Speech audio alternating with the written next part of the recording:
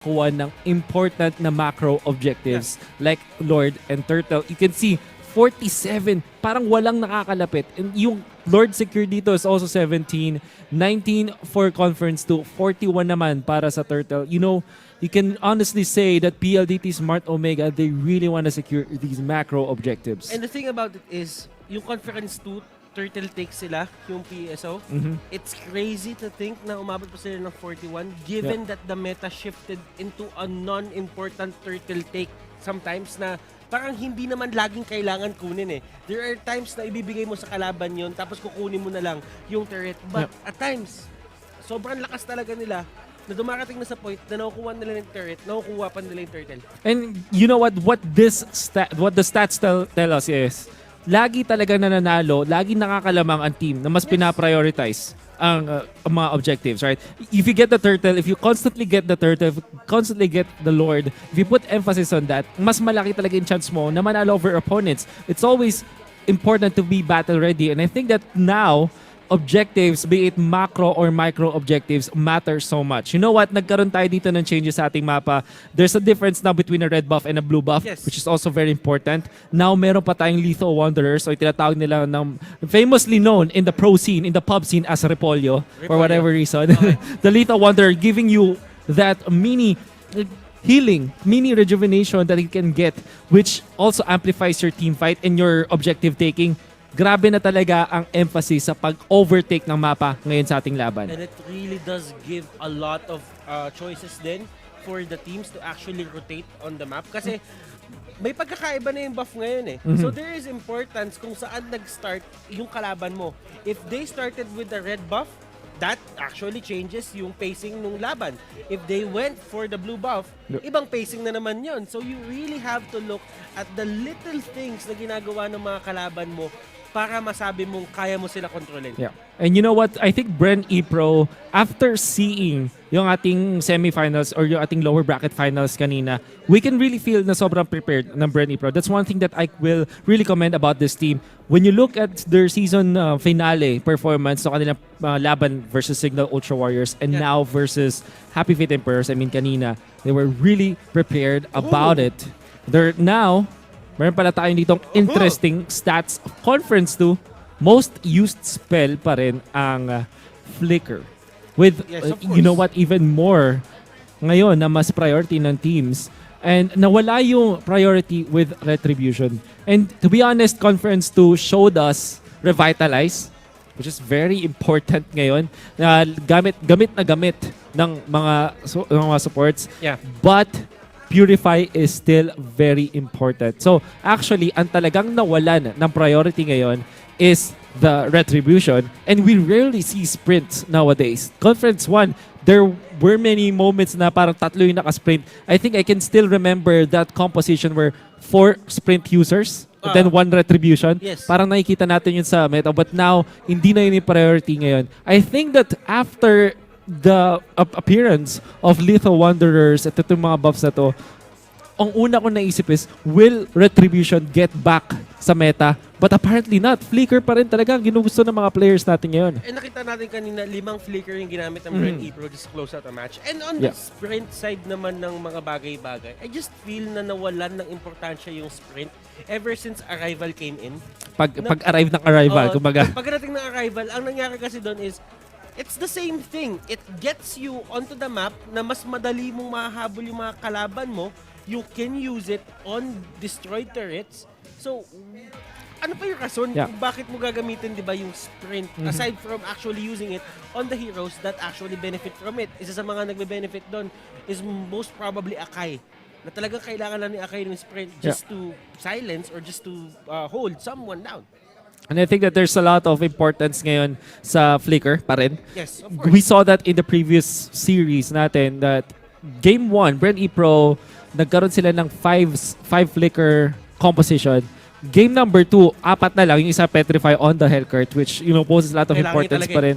But we can see BREN E-Pro really experiment with this kind of, sabi natin pocket strategy siya on its own. But I think that going up against PLDT Smart Omega, we might see even more. Baka mas may mga pocket strategies pa tayo makita dito, especially because PLDT Smart Omega is a team na sobrang lakas. Kailangan mo na talaga mag-isip, mag-imbento ng bagong bagay bago sila matalo or even get one game away from them. And what's scary about, one of the things na kailangan bantayan sa BREN E-Pro is they just went for 2 Kimi strategies nung game, yung series 1 nila. So, ibig sabihin, para saan kasi ang Kimi na strategy, it's the basic of the basic. Parang every team can run a Kimi strategy if they want to. Or more like, kailangan yung team nyo marunong mag-Kimi strategy. Oo, parang nasa ganun siya. Parang alam mo yon, kung if you have respect sa team mo, you should know how to play a Kimi lineup. So Wow. parang ganun talaga yung mga setup natin dito. They just use 2 Kimi lineups and I just feel na may ilalabas sila sa game number 1 na hindi pa natin ina-expect. But now that we have the draft, Butters, the respect is real mula sa PLDT Smart Omega. First ban on the Kimi. PLDT Smart Omega did their homework laban ngayon sa BREN E-Pro and X-Borg as well. I have to take note, even in the previous series, no matter what happens prior ng BREN E-Pro, ang pagkuha ng X-Borg. It's their lineup eh. Kumbaga, it's their strategy. It's their comfort zone na they have this early game, sabihin natin early game heroes that can fight. Your team At is kapag picking. nakuha nila yung top turret, they actually win from that. So sabi na lang dito ng PSO, let's stop that. Huwag natin ibigay yung madaling mag-push and then just control. Kung ano man yung dapat control sa side ng BRE. Yeah. So now, ano ba ang mga available na heroes natin dito? Grok is there. Grok. Isa sa mga favorite ni Heath. Your Of course, team is one of the picking. best Grok players out there. Bruno is available. You know what? Hindi natin nakita si Pharsa na nahawakan in the previous series. But now, since Your Bruno team is is available, it will be picked up by BREN E-Pro to go with Thams. We did not see Pharsa kanina, perhaps kasi mas priority ng BREN E-Pro yung sarili nilang composition with the Kimi. Now, it's Your the team Granger is picking. to go with the Pharsa. They don't care. PSO, sabi nila, nerf lang yan, PSO kami. Sabi niya, nerf niyo yung Ranger as much as you want, but eto pa rin yung gusto namin dito. Kasi ang pagkakaiba na lang ng Ranger ngayon is, there are times na parang dati si Granger kaya niya na lumaban agad at a certain point in the early game. Just get 1 item and you're ready to go. And that is a very unusual for a marksman Kuya Wolf. But at the same time, ngayon, medyo kailangan niya ng skill. I just feel that 2 Your items team is the is sweet spot banning. ngayon para sa isang Ranger na talagang umikot-ikot sa may mapa. To be fight ready, kumbaga battle ready. And at the same time, 2 items isn't really that hard kasi yung isang kukunin mo parang cheppy item lang naman eh. Yeah. And you know what? You have to take note na merong interesting na buff na pwede ko yung Granger to boost even more yung kanyang, which is the red buff. Red buff. Which, you would think na yung normal attacks lang ang nagtitrigger or any attack skill. No. Actually, any form of Your damage team is banning. is affected by the red buff. It's So, converted to true, di ba? it is. Parang nagpo-proc yun na kahit anong source of damage. So, that counts yung bola ni Bruno, for example, or even the power tricks of the Harley. That's why Your napipili team nga is naman talaga picking. yung Harley ngayon sa meta. It's just that hindi pa siya nagagamit ng mga teams like really famously ngayon. But BREN E-Pro, they will ban out the Valier. I think in the previous series, they also put priority onto this Valier ban. Now, Esmeralda Your team is is gonna be the picking. choice. Comfort picks. I like the 2 picks na nanggaling din sa BREN E-Pro. Kasi one of the things na kailangan nila dito sa backliner, and usually for a Pharsa kasi, ang mga kinukuha dito madalas is yung mga assassins. Pero kasi inisip nila na merong Ranger itong kabila. So if the assassin gets caught out, sure kaming tutumba ng Ranger yon. So what they did was, ano nga ba yung mga gandang mga backliner na pwede? Baksha is a tanky hero. Esmeralda is Jawhead. tanky as well. Ibig sabihin, Chow. these are the heroes na hindi Your team ganun is kadaling picking. i-take down ng isang Ranger. Yeah. So might as well get the control on the far side at the Natalia. same time, get the extra tankiness na dinadala nila sa fight. You know what? Before we transition into talking about etong Natalia pick ulit para sa BREN E-Pro, na pinik ng the third place dito ng BREN E-Pro yung Baksha. Tapos straight up Esmeralda. This is them saying na parang sinulit nila yung third and fourth slot dito na hindi nila binigay yung Baksha para sa PLDT Smart Omega para dahil isa to sa mga comfort picks na PLDT Smart Omega. But also, they want to get this Esmeralda talaga And without the backshot, there's really no stopping yung sustain ng mga Galaxy Esmeralda. But the last picked Natalia, once again, if you look back a week ago, you will remember, ginamit nila yung Natalia laban sa isang Pharsa composition. It looked really, sabihin na natin, gimmicky in a way, but it kind of makes sense. It's your way to scout out where your opponents are. And yung Pharsa, never ever magkakaroon ng comfortable spot kung saan pwede niyang gamitin yung Feathered Airstrike. Kasi every time na ikakastate yung channel niya yung Feathered Airstrike, nako, kailangan lagi siyang takot sa Natalia. It is the same as a Franco and a Selena. Na parang, there's 5 on, seconds pagka till wala the yung enemy Selena reaches sa the mapa, o yung Franco sa battlefield. mapa, there's Smash always a them. time na pwede kang tamaan ng isang magandang All hook. troops And that's the deployed. same idea as the Natalia. So let us head on to the Land of Dawn, mga kaibigan. This is going to be PSO versus BRE. Game number 1. Grand finals na tayo ngayon. We had finals already. And this is the Season 1 championship na pinag-uusapan natin. Not just the conference finals, not just the conference championship, but the champion of the season. It all boils down to this Game 1 of this best-of-5 series. Malapit agad ang pinapakita natin as Toshi gets and secures their own red buff. Interestingly, ang nangyayari kasi if you do play this Natalia is magkakaroon ka ng -1 in terms of your supporting cast, which kind of feels that BREN E-Pro needs to make this early game perfect for themselves. And kailangan ni Raflisha dito na mag-step up katulad ng ginagawa niya dati. Nung nag-Kufra siya, nung nagtatalya sila, it is very hard to tank alone. It is very hard to tank alone kasi isipin mo si Rencio dito. Yes, Rencio has a bit of tankiness din, but once the ultimate comes off, it seems like he's a normal hero again. Diba? Now, the problem is level 4 na itong ating Pharsa. But at that moment, BREN E-Pro, they will just back out. The bigger problem already para sa BREN E-Pro na nakikita natin ngayon is under-level talaga yung kanilang supports. Both their supports, 1 minute 30 seconds in, they're just level 1. Ang ganda ng pinapakita dito ng PSO on how they actually manage their XP. Na umaalis-alis si Haze minsan dun sa may range ng minions so that makuha ni Toshi yung buong XP. But right now, KLBJ gets called out. Wow, look at the connection, mga kaibigan! KLBJ will be the first blood dito for the side of BRE. Pero sumagot sila sa may baba. They will get that kill on Haze.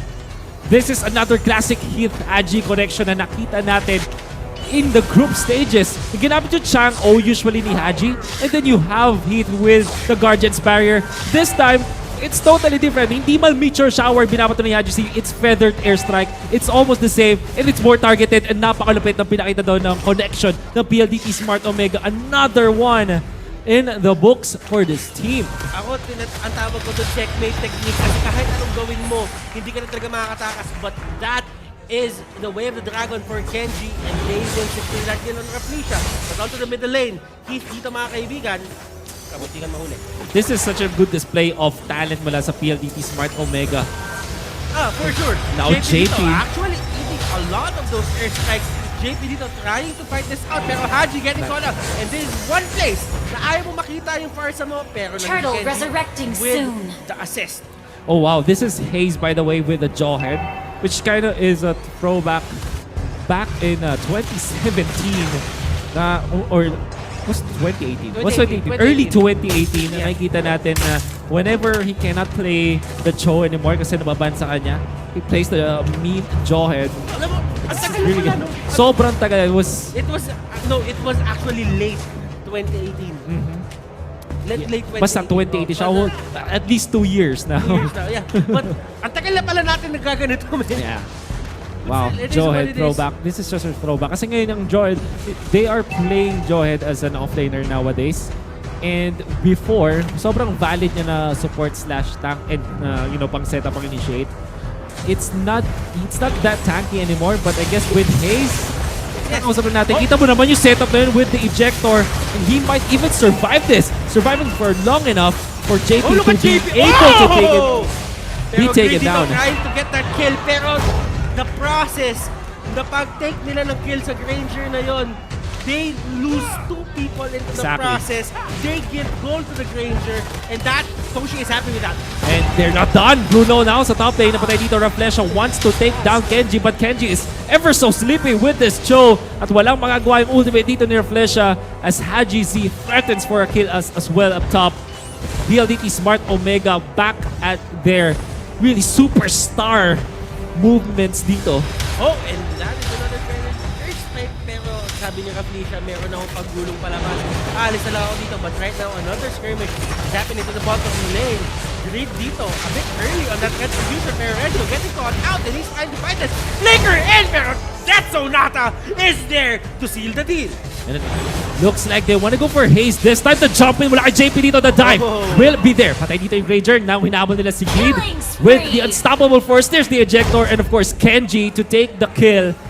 PLDT Smart Omega hindi magpapadaing. Mamatayan man sila ng isa, they will take 2 in return. All throughout the map, they are winning 15k in the back para sa PLDT Smart Omega. Only 12k for BREN E-Pro. And the way of the dragon is there. Ejector palapit na sa may turret. And right now, the flicker is there. Unstoppable force magagamit. Pero JP dito has something in mind na hindi may expect na kalaban niya. He just used the flicker.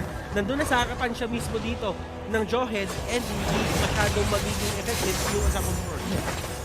However, what they're not stopping right now is yung paglakas ng dalawang horse dito ng PLDT Smart Omega. GZ and Toshi are getting everything that they want. They even get a kill onto the Esmeralda this time. Napakagandang rotation mula sa PLDT Smart Omega. One thing you have to take note is napakabilis mag-converge dito ng mga members ng PLDT Smart Omega through a kill. You have to take note, Jawhead with unstoppable force, sobrang bilis maglakad. The movements with so high. And of course, the Grok, when near the walls, is also very speedy. Oh, and actually, Greed stole the blue buff from that Pharsa.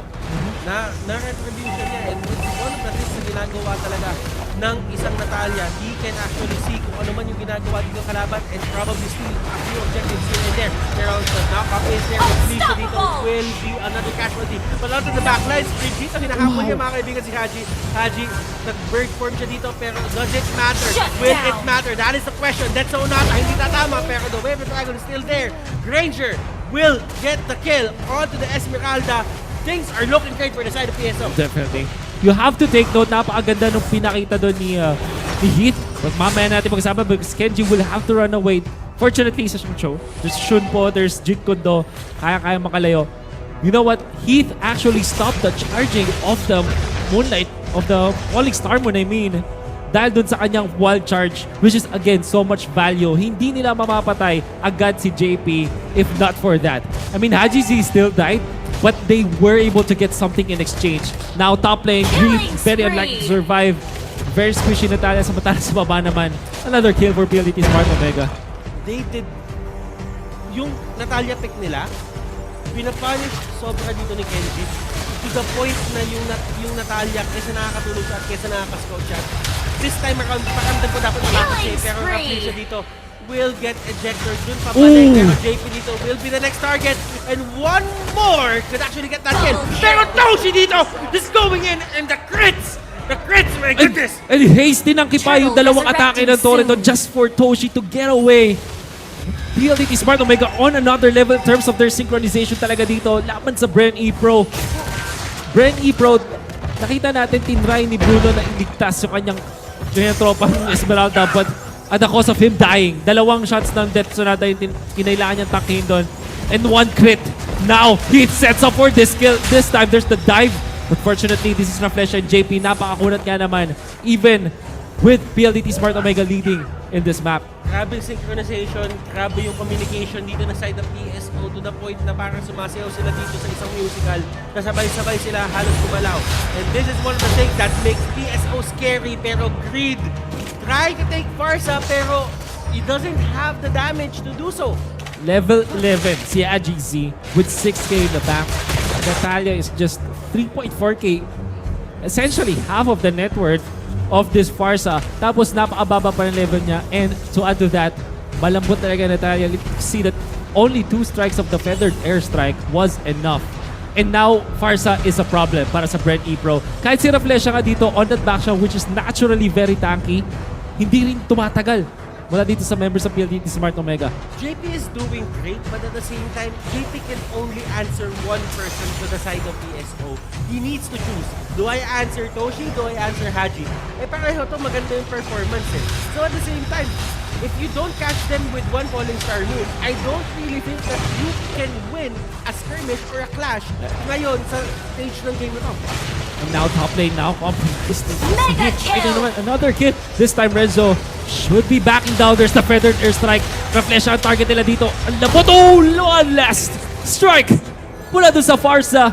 Enough para sa PLDT Smart Omega. Now KLVJ in trouble. And of course, Kenji to get the kill. How can they defend with two very squishy heroes this time? Redjoy sa Thames. Pero at this point, hindi niya kaya to. Naku po, yun na naman. Huling-huli. PLDT Smart Omega, masterful performance laban sa BREN E-Pro. There's the wipe and there should be game. PLDT Smart Omega to take game 1. One statement na pwede natin gawin doon sa game na yon is to never give out the Pharsa this meta. We can see that. You might be confident na you know how to answer it with a Natalia, pero kasi you have to take into consideration that Natalia isn't really one of the best heroes. Yes, he is a direct answer. Pero kasi in terms of scaling, in terms of being a hero that actually contributes into a fight, parang nasa tagilid ka eh. Yeah. I think that this is like a sort of a misconception mula sa BREN E-Pro. Kasi medyo na-validate yung kanilang Natalia pick laban sa Pharsa when they won against Signal Ultra Warriors. But you have to look at that game as not Natalia counters Pharsa, but Natalia able to split push. Yun yung nangyari laban sa Signal Ultra Warriors. And clearly, PLDT Smart Omega are saying, hindi yan ang sagot sa Pharsa. You have to look for something else. Hindi yung ganito ka-cheeky na lineup with Natalia support and only the backshot for your front lines. BREN E-Pro will have to look back sa kanilang playbook this time at ano ba talaga yung kailangan natin gawin dito laban sa PLDT Smart Omega. Do we ban out the Pharsa this time? We will see. But Granger, danger mga kaibigan. Toshinu. Ito yung sinasabi natin dito, MVP of the game. Hero lang ang naninerf. Hero lang ang naninerf. Hindi ang player. Hindi ang player. Toshi, just having a very good performance dun sa may game number 1. And kung ano man yung nagagawa dito ng Pharsa, kaya din iba to ng isang Granger. Tatandaan natin na isang Pharsa Granger composition is not about fighting the clashes head-on. It's about abusing your range as one composition. Kasi kung isipin mo, feathered airstrike, gano'ng kataas yung range? Death Sonata, gano'ng kataas yung range? At gano'ng ka-mobile ang isang Granger kapag binabato niya yung Rhapsody niya?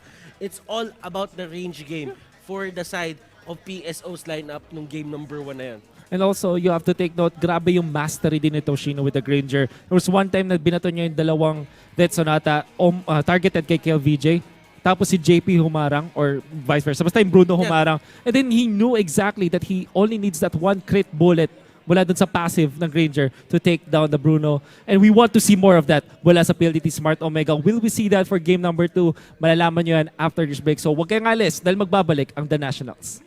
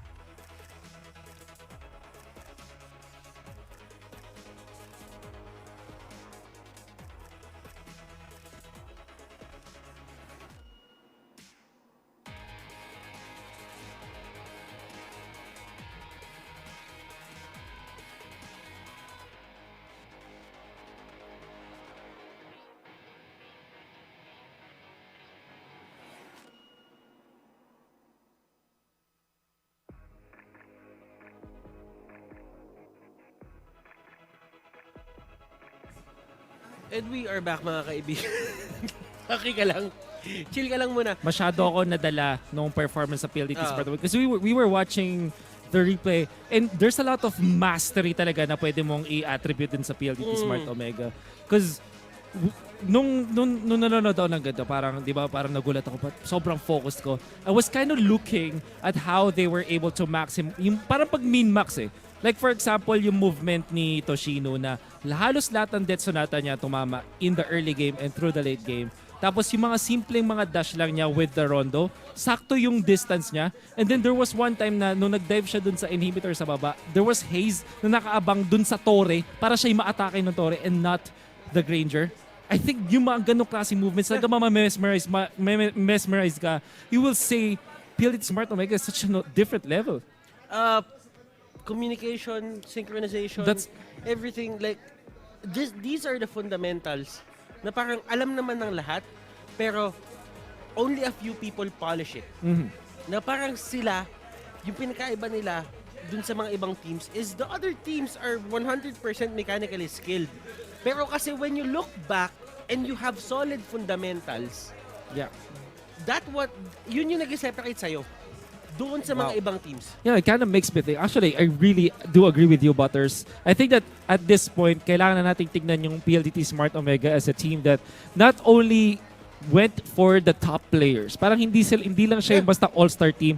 They had the glue for all of these all-stars to work out together. And I think that it's a matter of like communication, mga ganong klaseng mga moments, and it's important to have great players, but it's even more important to glue them together. Yun nga yung sinasabi natin dito, Kuya Wolf, na okay lang magkaroon ng sobrang gagaling na players sa isang team, basta kaya mo sila i-level. If you cannot level them, that's the only time that we will have problems. But if you can level them, glue them together, it's going to be an easy ride for you. Katulad ng pinapakita natin sa atin ngayon ng PSO.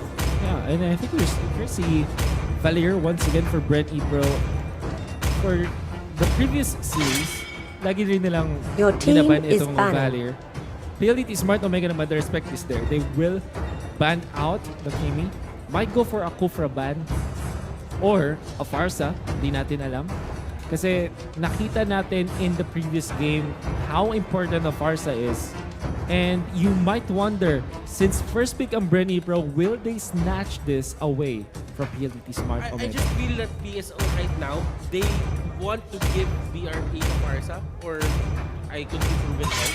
Pero parang hindi naman nila Your sila team yung is na hindi picking. takot sa kahit anong meta pick. Na parang, sige, kunin nyo lang. Wala naman kaming pakialam. Kasi, in a way, alam namin kung paano gamitin yan. Alam din namin kung paano kontrahin. And now you will think about the two teams or the two franchises and look kung paano sila mag-prepare. What I'm trying to say here is PLDT Smart Omega, ever since Conference 1 and Conference 2, I always say that they always look like a team that did their homework. Lagi silang handa.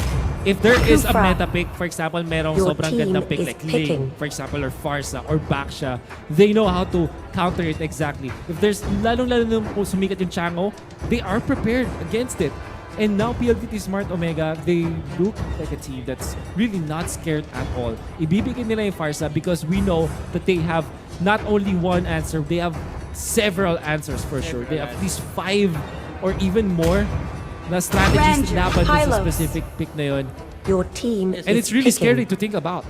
And look at PSO, not jumping the gun for a Pharsa pick. Exactly. Parang ang ginawa lang nila dito, kunin natin yung Hylos.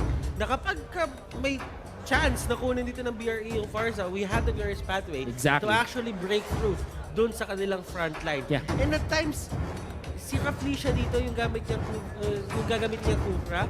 Yes, at times maganda siyang pang-answer sa isang Ranger. But kung may glorious pathway, hindi kailangan mag-rondo ng isang Ranger.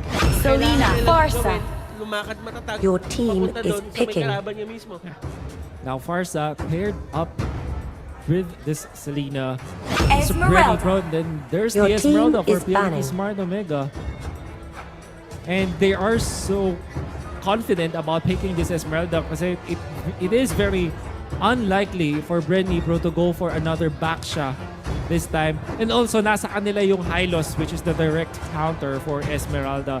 So, in all honesty, BREN E-Pro are so Your happy with team this. is banned.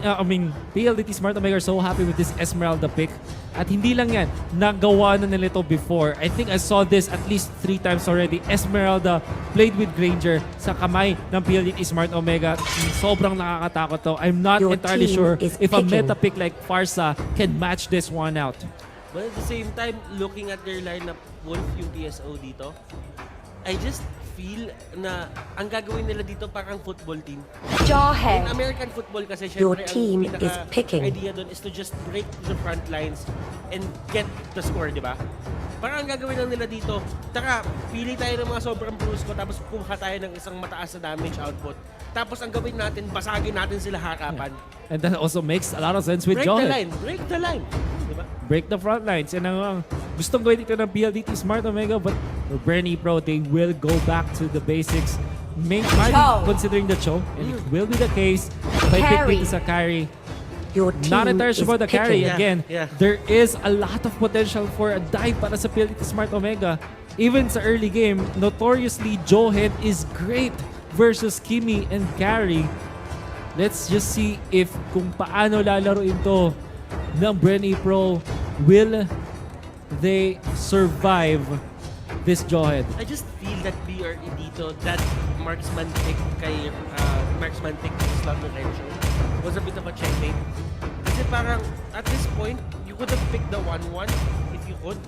Pero with this type of mobility on the side of PSO, parang non-factor yung mga dodges, yung mga hops ni 1-1 eh. Yeah. You know what? All honesty, I think okay naman talaga yung carry. I mean, it's Yeah. decent versus all the tanks. It's great Yeah. versus Esmeralda and the Hylos. If it survives the early Yes. onslaught talaga Yes. dito ng PLDT Smart Omega, he will take off. Or she will take off. Pero alam mo yun yung tanong eh. Will he survive the first few minutes of the game before, alam mo yun, before mag-mid game and you have enough items, let's say 2 core items on your side, and just carry your team from there? That is going to be the big question. But at the same time, seeing how PSO played their game earlier, parang hindi eh.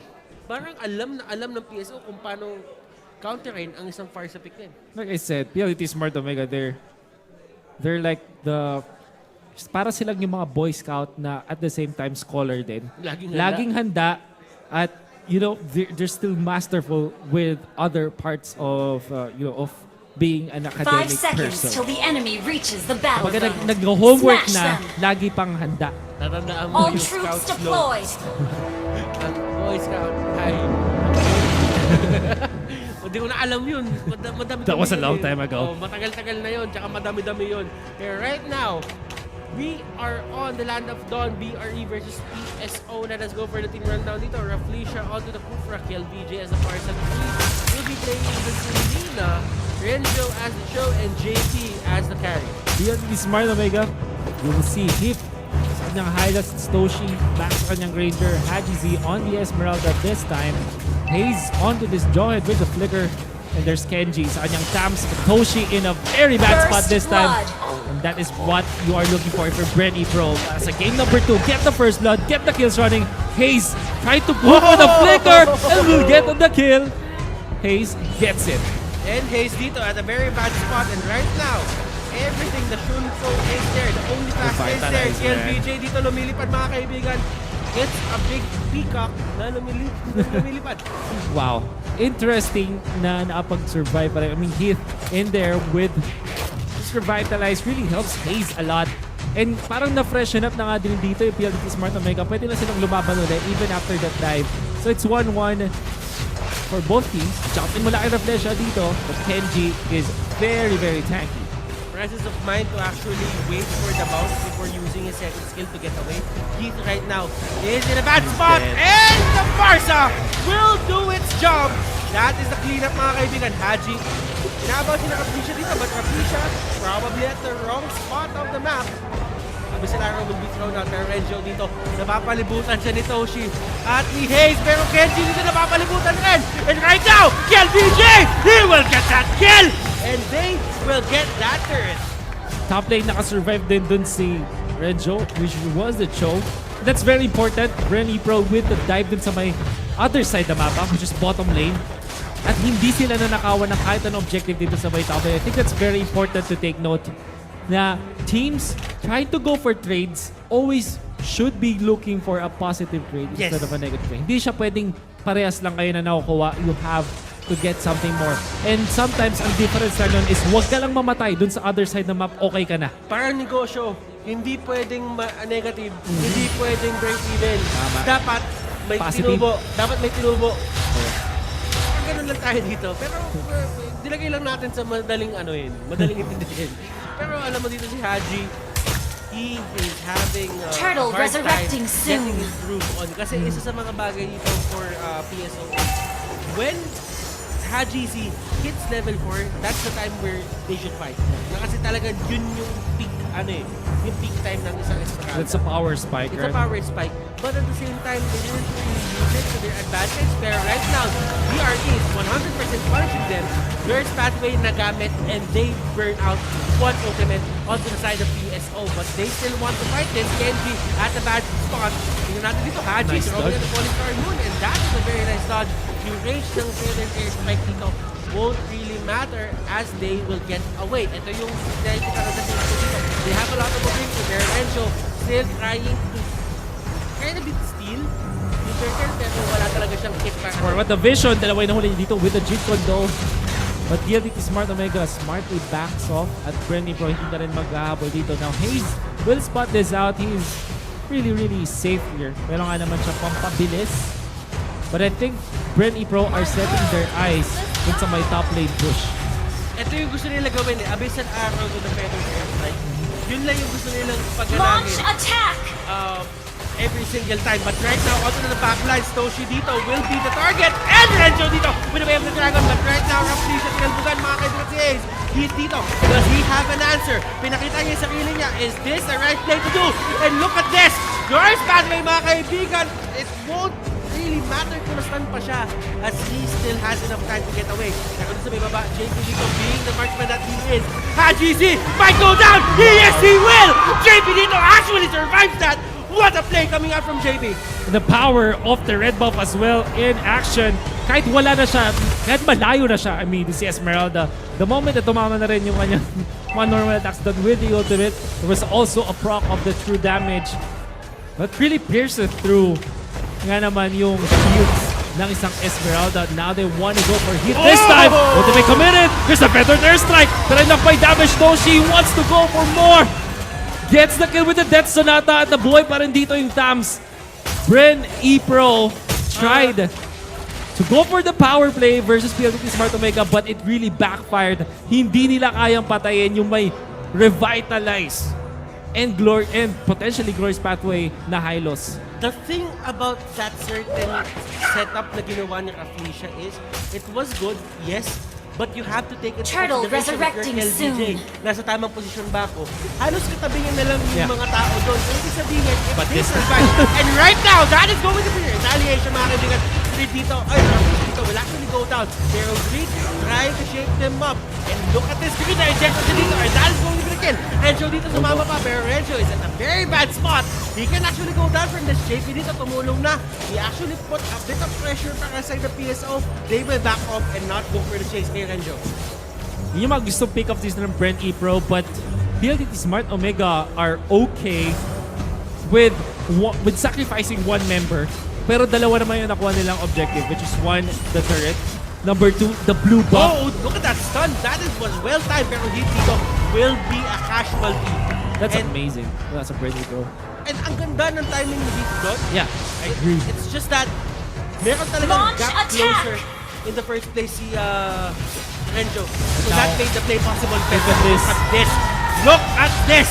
No hesitation whatsoever mula sa BREN E-Pro. Nakakuha sila ng isang kill doon. May top lane naman. This is an exchange for PLDT Smart Omega. They might have lost their Esmeralda. Pero yung tier 2 turret, yung kanilang kunin. The classic trade. Na sometimes mas masaya ka pa nga kasi, I mean, heroes respawn but turrets do not. Turrets do not. Tama ka doon. Gamers don't die. We just respawn. We just respawn. But turrets don't. Like you said. Turrets don't. Pero Rapisha dito and the other skill be there. There you Very go. good position. Heath This force using Glorious Pathway, but Genji eating a lot of those better airstrikes. You see the smart plays mula sa PLDT Smart Omega. Instead of going for heroes, they went for minions para hindi makapag-push. Now they want to punish JP! Spree. There is the kill. Meron pa ba? Death Sonata ginamit na hindi pa rin tumatama, but it will not matter. As they will take out Haze that time. Ibon mang may layang lumipad at Ibon mang may layang magpasabog. Heath dito will be the next target. Falling Star Moon, LBJ doesn't get called out. And Haji Z at a very bad position, but Raflesia will just back down. Heath dito is the next target. Mga kaibigan, that's the airstrike. Pero look at the damage output. Medyo naniniligate na nila. Oh, of course, Heath with the high loss. Very, very tanky. Not easy target. Matala top lane. There's Renjo with the pickoff. It's just enough against Toshi. It should be shut down mula doon sa ating Joe against the Granger. 11th kill for the game para sa BREN E-Pro.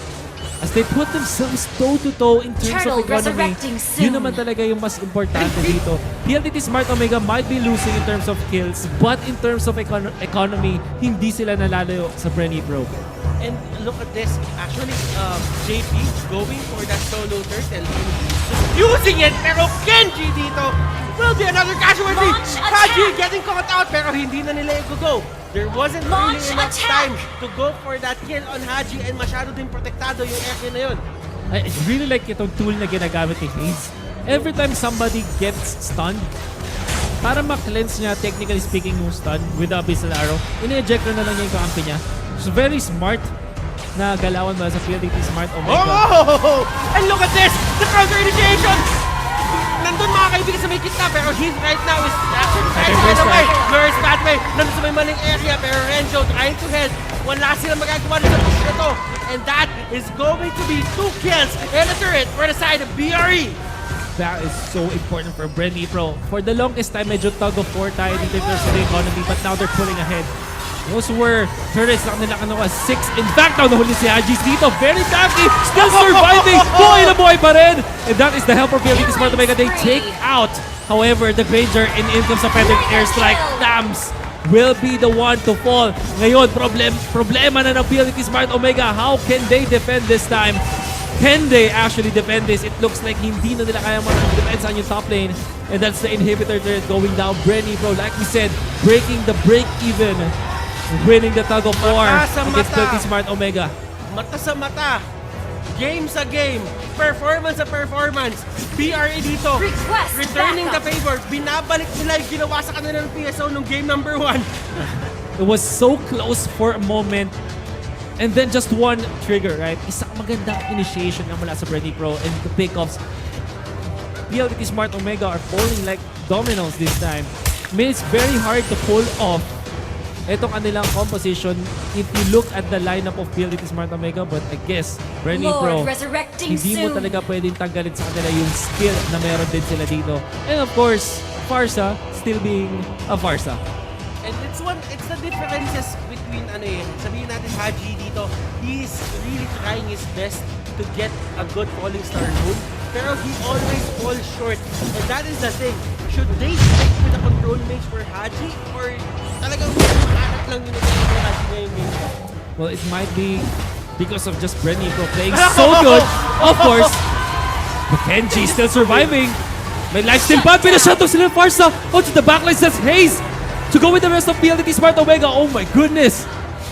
The peel mechanic mula sa PLDT Smart Omega courtesy of this ejector was so good. Laban sa BREN E-Pro. And now you will have chance of Raflesia dito getting caught out, and this might be another kill for the side of PSO, but Tyrant's Revenge Shut is down. there, pero Raflesia will be the next casualty for the side of BRE. Right now, the Lord is available. Greed? JP's here. JP, Greed, can you make something happen? That is the question! And look at this! The Lord will be taken by the side of PSO Haji's right falling. now.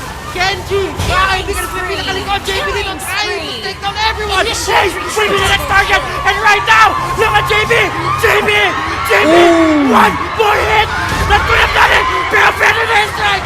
My goodness! Bottom lane, there's Renzo, there's JP. AGC trying to fight this 2v1 pero hindi mo kaya. You carry the JP dito with 2 buffs to his name and they will take down the base. BREN E-Pro JP! What a guy! What a play! What a player! Actually turning things around! You thought the PLDT Smart Omega will win it already, or at least even up the game, put it on a level playing field, pero hindi. Meron pala nag-split push dun sa baba, and there's JP with proper positioning.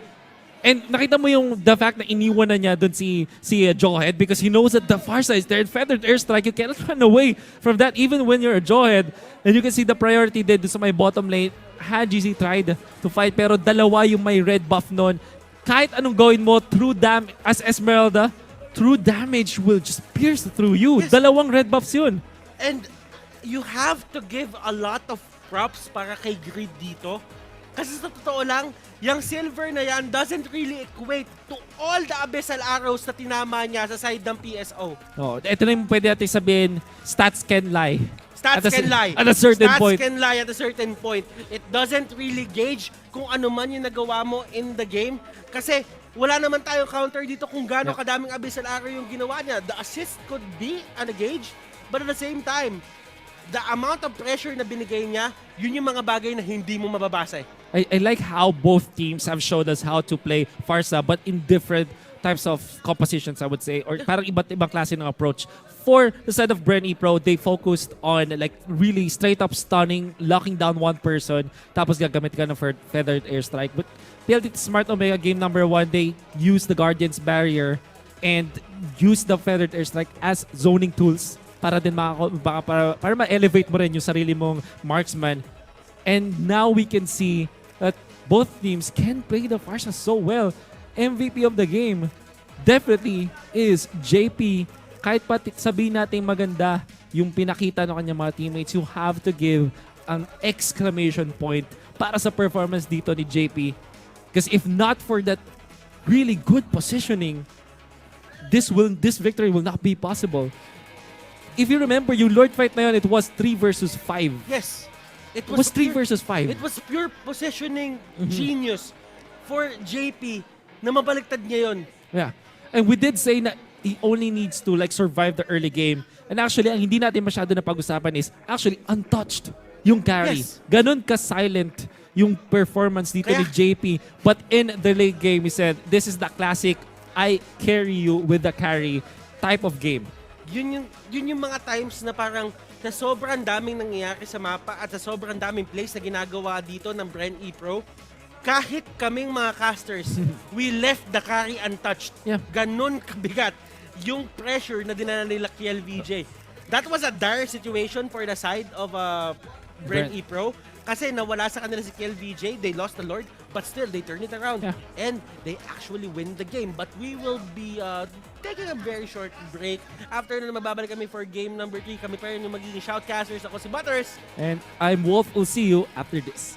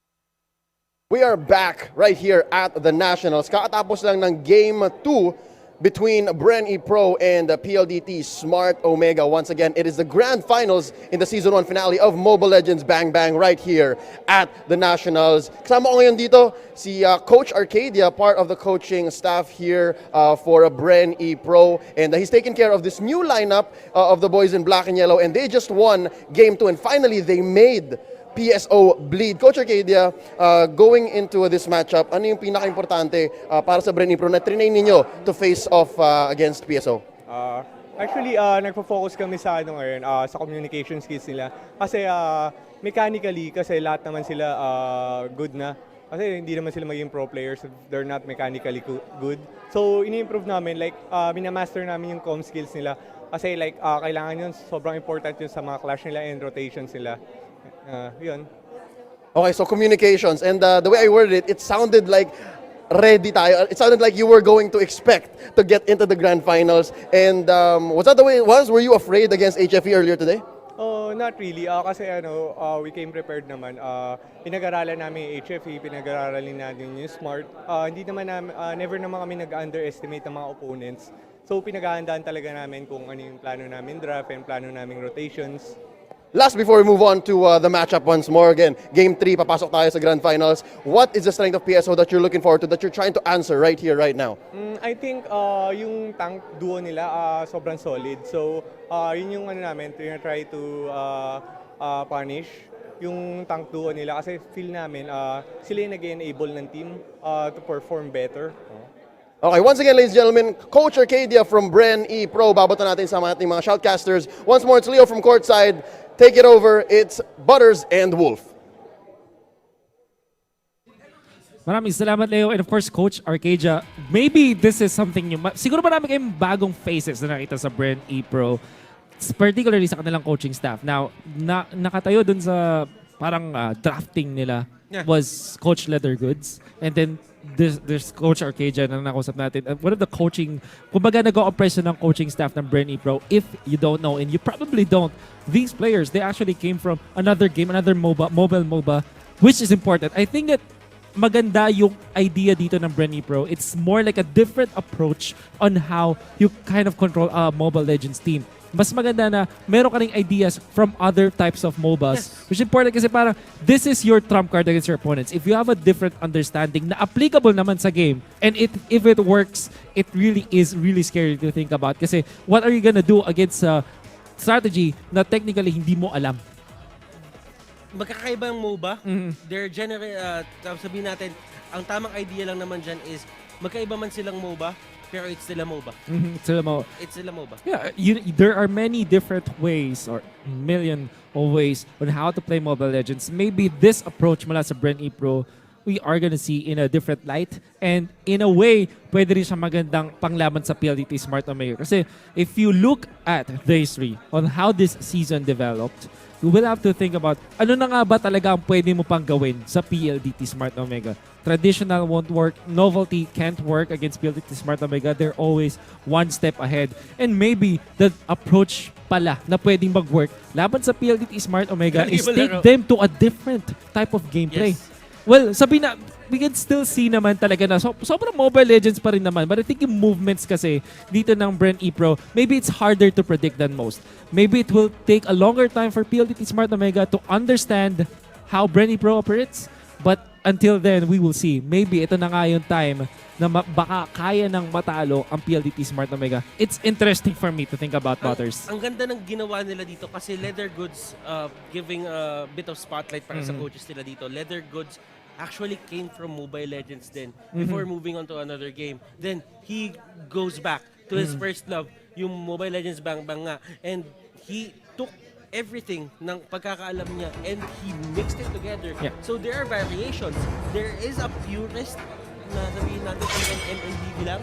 And there Your team mixed is banned. varieties for coaches din na mag-iba't ibang understanding. And I like the term that you put up, purist. You can attribute that to Coach Dale. Yes. Because you can see na iba talaga yung mastery, yung pagkaka-understand ni Coach Dale with the game Mobile Legends. And you can see that even in bigger tournaments, in international tournaments, on how Coach Dale coaches the team and drafts for the team, talagang kahit anong sabi, pagbalik-balik ka rin mo ang Mobile Legends, kabisado yan ni Coach Dale. There's Your also part team of the is coaching staff of picking. PLDT Smart. I think that even, sa lahat naman siguro ng teams sa Highlights. nationals, since meron tayong Your iba pang team MOBA which is is Dota, picking. maybe ma-apply pa rin natin yan. So, Yeah. really, this is a battle of coaches pa rin talaga.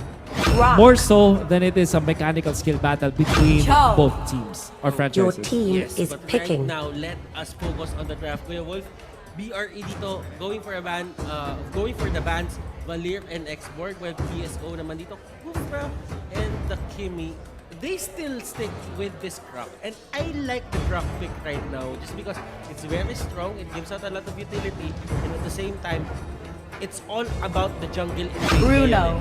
Because there is a Tommy. lot of emphasis din para sa jungle. Your team ngayon. is picking.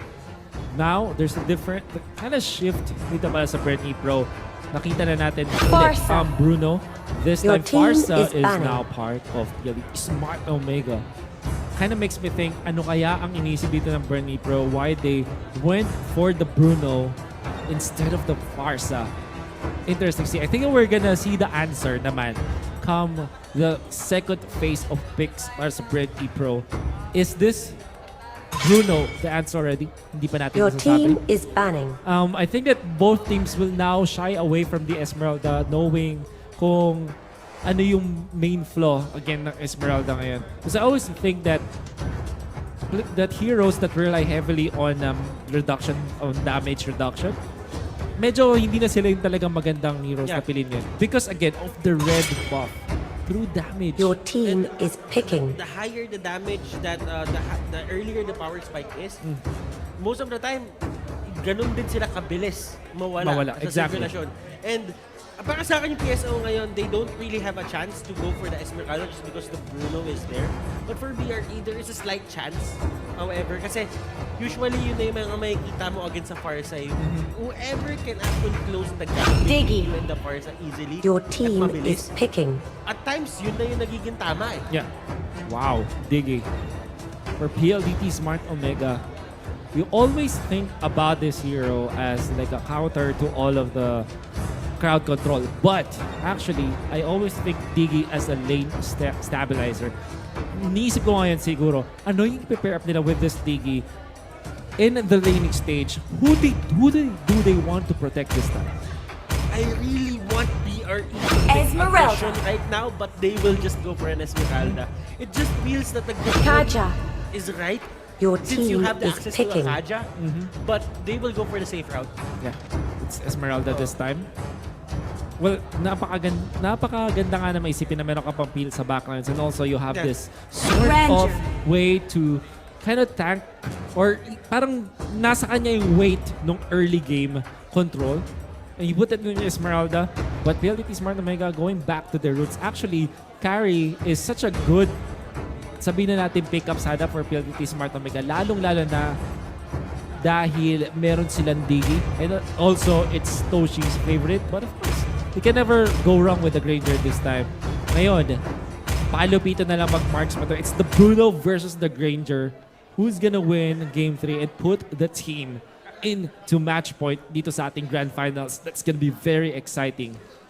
Para sa akin kasi dito, Kuya Wolf, going back to yung tanong mo kanina, the moment you pick a Diggy against a Hylos, sometimes it's enough to take people out of the glorious pathway and to negate the glorious pathway. Because if the fight is going 50-50, sa totoo lang, parang mas maganda na lang na kapag ka 50-50 yung laban at pareho kayong may chance manalo, just go back. Masyadong risky pumasok sa isang time's journey kung ikaw yung Hylos. That's also true. Smash them. We'll see kung paano i-apply nga naman yung Diggy All composition troops dito. deployed. As well as the Hylos. Also have to take note, there's still Pharsa, but I guess BREN E-Pro are confident facing up against a Pharsa, seeing as they do have the Kaja this time.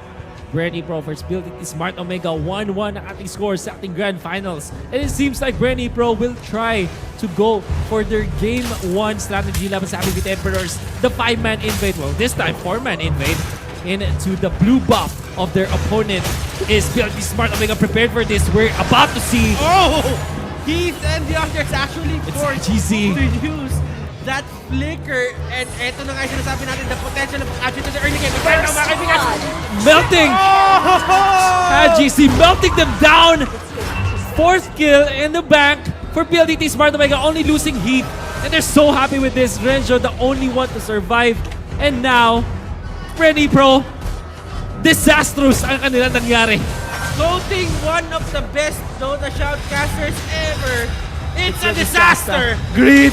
Oh! Kailangan pagka medyo kasi nag-Federal Airstrike na, medyo kailangan mo na medyo marunong ka mag-free-poke. Yeah. Yung mga marunong mo isa-hyper yung mga Federal Airstrike. 1 minute 20 seconds. You have level 4 Pharsa, level 3 Kenji, off-lane Cho, 3 buffs to your name, at isa lang yung nakuha ng BREN E-Pro. That's the blue buff para kay Kel VJ.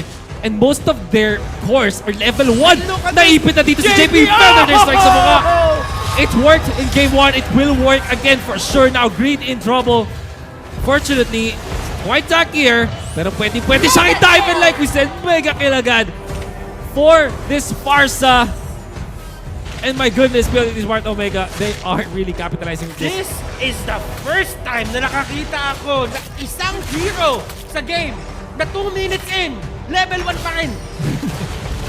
This is a problem. No Toshi with the red buff. You can see Renjo being forced out here. Kenji, makasa dito ng stun. Where's a cheat Kondo, but it will not hit. Now he might be in trouble for this way of the dragon para makatakas dito mula sa mga members ng BREN E-Pro. Things are not looking great for the side of BRE. There are 2 things to keep in mind. Number 1, they don't have the levels. Number 2, a lot of their all of their supports and tanks actually rely heavily onto their ultimates. So right now, they're still at level 2. 2 minutes into the game, a lot of objectives are gonna come out in just a bit. They still don't have their ultimates. What a wild charge connecting onto 2. They want to go for this one, but Revitalize. Pump steal. Oh Back down. GC. Unstoppable na ngayon. Wings by wings palayo. And ngayon, naipit na pa members ng BREN E-Pro. PLDT Smart Omega just literally won that fight because of the fact that they have so much gold. Pwede nilang ibato sa mukha ng BREN E-Pro ngayon. 9.4k at 3 minutes, Butters. Kumbaga, ito na yung tinatawag literal na binibili mo yung panalo. Pay to win. Pay to win. Pero hindi real money. Hindi real money. In-game gold ang ginagawa mo dito. GC's level 7 at this point. And they cannot contest this 4k gold lead as early as 3 minutes in. It kind of makes me think, Butters, ang ganda ng red buff sa isang Pharsa because you literally can put damage from so long distance. I just feel that it's one of those mistakes na BRE didn't really think about. It's a disaster. Nagdikit sila dun ng early game. And it's just that Look at Heath. Naprotect ka pa yan. Pwede pa yung Falling Star Moon. even using the Falling Star Moon to get the Repolyo. Pero right now nakikita mo kung gano'n ka-desperado yung BRE dito just to get the scraps of war. Ito yung mga bagay na hindi na kinukuha ng PSO kasi masyado na silang mayaman. Oh my goodness. Wings by wings. There's the Feathered Airstrike. And like we said, through damage, really connects through that. They have to back down right now. Haji sees so much of a threat. At hindi pa nga natin napapag-usapan dito yung ating Granger na nasa top lane now. Wanna threaten the bottom. Sa kanila dito. Oh, JP mga kaibigan. And they're running on the outside. Nagkaulihan pa JP dito. One more! JP getting shut down. Kung gano'n ka-brilliant yung game number 1. Ganon ka. Launch attack! Yung game number 2. Game number 3 is such a beatdown. Now time's really gonna be used. They can't even pierce through the backlines. Dalawa na yung napatay Reflection. Try to run away, but of course you can't against Toshi with the red buff as well. PLDT Smart Omega. This is a stomp. 11-1. 16k gold in 5 minutes. Look at 1.4k lang yung pera dito ng Bruno. That's literally nothing.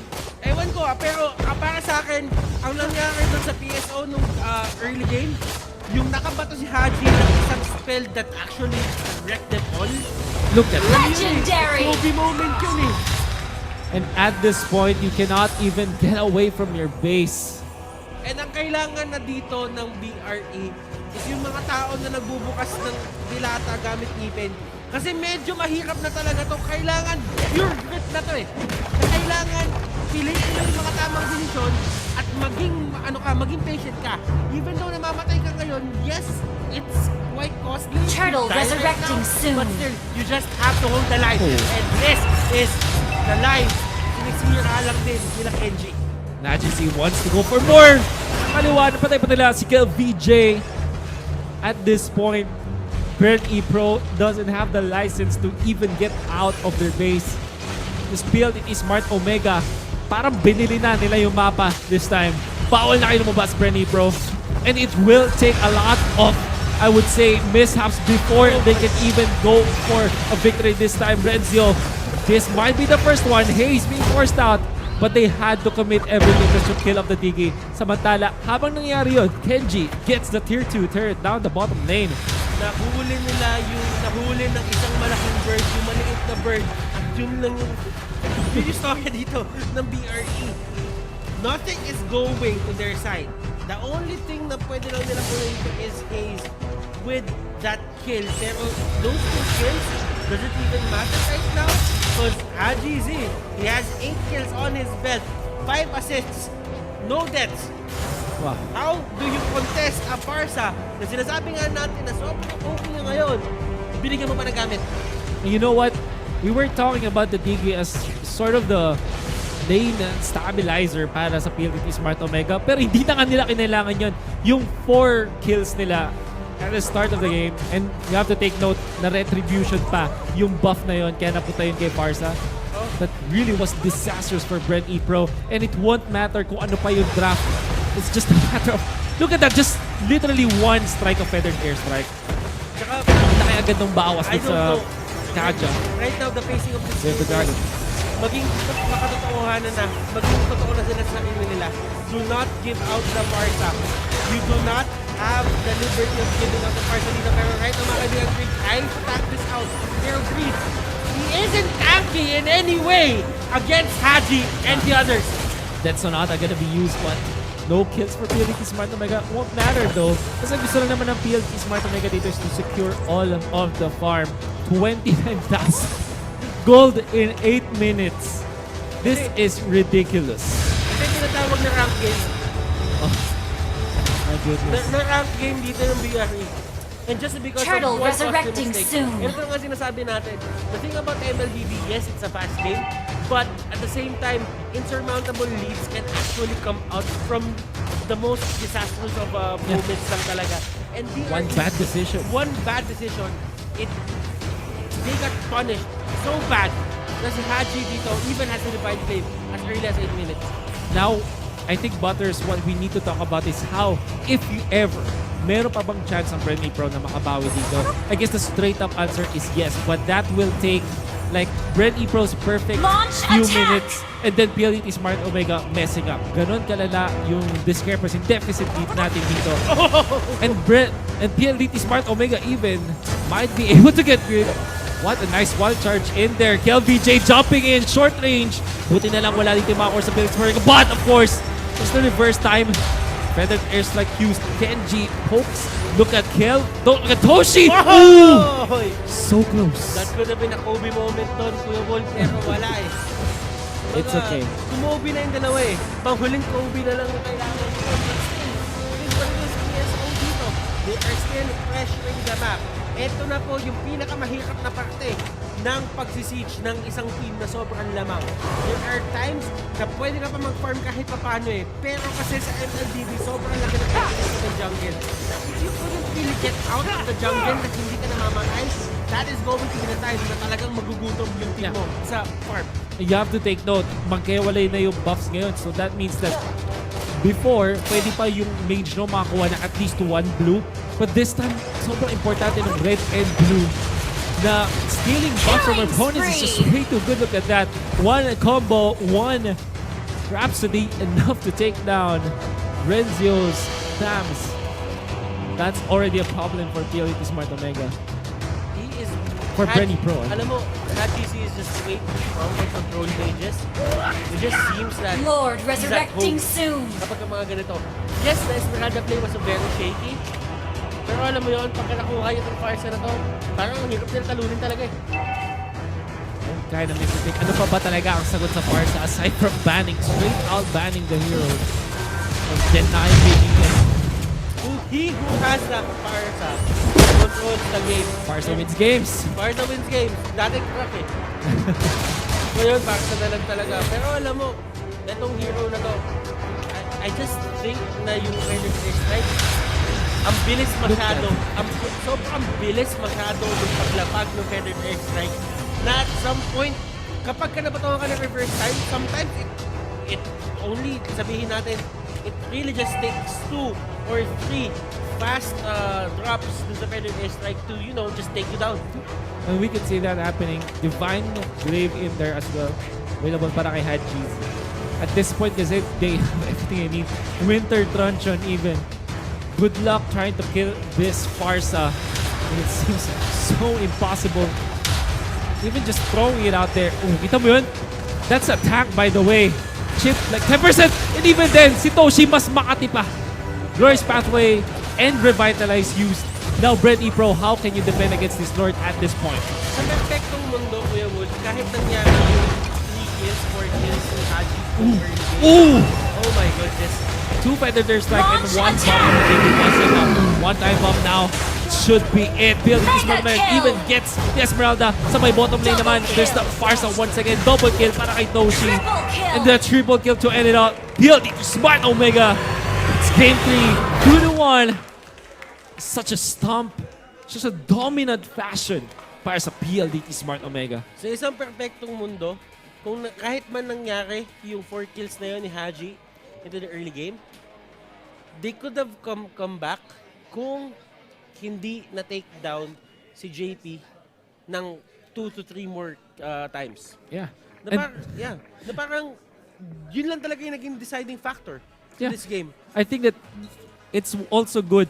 Tama ka, Butters. Parang maganda naman talaga na makontrol, makakuha ka ng bonus skill sa start, di ba? But sometimes, normally teams will not take it to an even bigger advantage. Parang minsan hayaan nila makarecover yung kalaban nila. But what PLDT Smart Omega did was focus on the bottom side of the map where the Bruno is playing. Kasi you already shut down itong Esmeralda sa gitna. What you all need to do as a follow-up dun sa 4 kills na nakuha mo, wag mong hayaan makapag-farm yung ating Bruno. And there was one time na parang 2 minutes, level 1 yung Bruno. Yeah. Something like that. And that's a problem. Kasi yun yung mga nasa idea eh. Kasi etong mga course na to, itong mga marksmen na to, there is no way for you to actually tell na buong game kaya kita i-shutdown. You can just only delay. You can just only delay their power spikes. So, right now, what happened was, 4 minutes or 3 minutes ng buhay ni JP doon nasayang kasi pabalik-balik siya. Pabalik-balik lang siya. That could have been the turning point yung 11-minute mark, pero 3 minutes delayed nga yung farm ni JP. So, ibig sabihin, they needed like 14 minutes for him to actually get his power spike, pero hindi na talaga tayo abot dun. And like we said, BREN E-Pro did this invade in their game 1 against Happy Feet Emperors. And habang kinakas natin game na yung Web Butters, we kind of asked,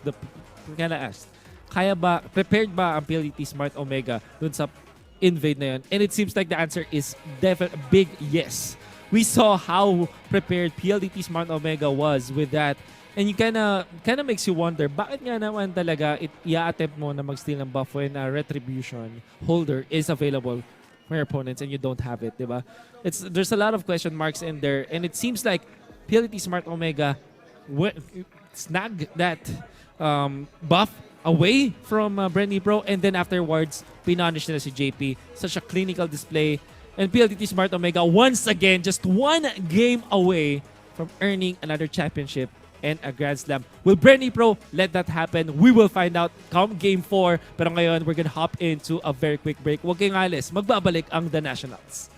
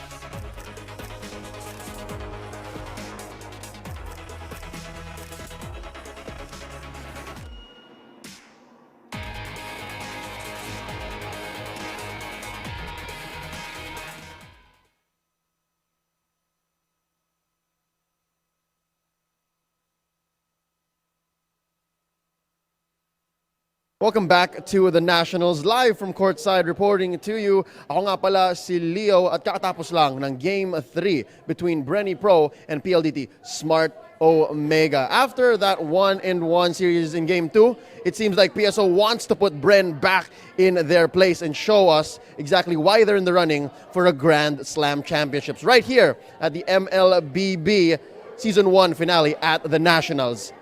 Natapos ang larong yon after such a dominant run by Omega, having themselves about 8,000 gold lead at about 5 minutes. This is an Omega we haven't seen before, and it seems like they took advantage of BREN E-Pro's reliance on battle spells such as Flicker and letting go of Retribution. They put Retribution on two of their heroes, that is their Pharsa and their Granger, and they seem to have found that invading BREN, starving them very early on, was the key.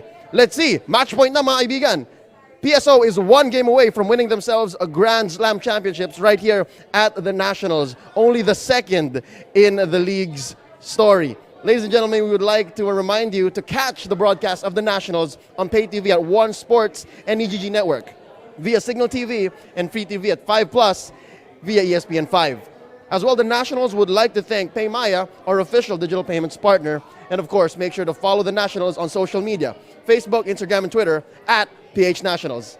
Balik natin sa ating mga casters. It's going to be Wolf and Butters running you through the action. Take it away.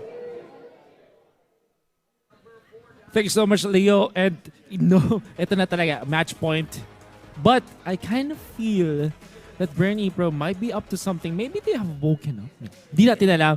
But my guts tell me na mukhang magkakaroon yata tayo dito ng game number 5. And I think that's really what the fans deserve at this point. PLDT Smart Omega, masaya talagang panoorin yung kanilang dominance dito. But we want to see BREN E-Pro really showing up and forcing game number 5, not end the grand finals with that really sore performance in game number 3. Put a chip in their shoulder. Kumbaga, pakabahin nyo man sila ng onte. Pero, ito kasi yun eh. Para sa akin, those kinds of losses really takes its toll. Hindi man sa physical capability ng player, it's more on the mental capability of the player. Na parang, pareho naman tayong pro team dito, pero ang ginawa nila sa atin, parang binataan nila tayo. Actually, merong counter-argument naman dyan kay Butters that some teams actually prefer to lose ng stump kesa tanggapin yung loss ng close game. There were players that admitted na kapag sobrang close ng laban at alam mo may papanalo mo, mas masakit tanggapin yon kesa sa isang durog na game. Because losing game like that, for example, they will think about it. Oh, interesting. Yeah, sure. Wala eh, maling decision, talo na tayo, let's move on. No matter what happens, wala na eh. But when you lose a very close game, dun talaga mas nagkakainitan.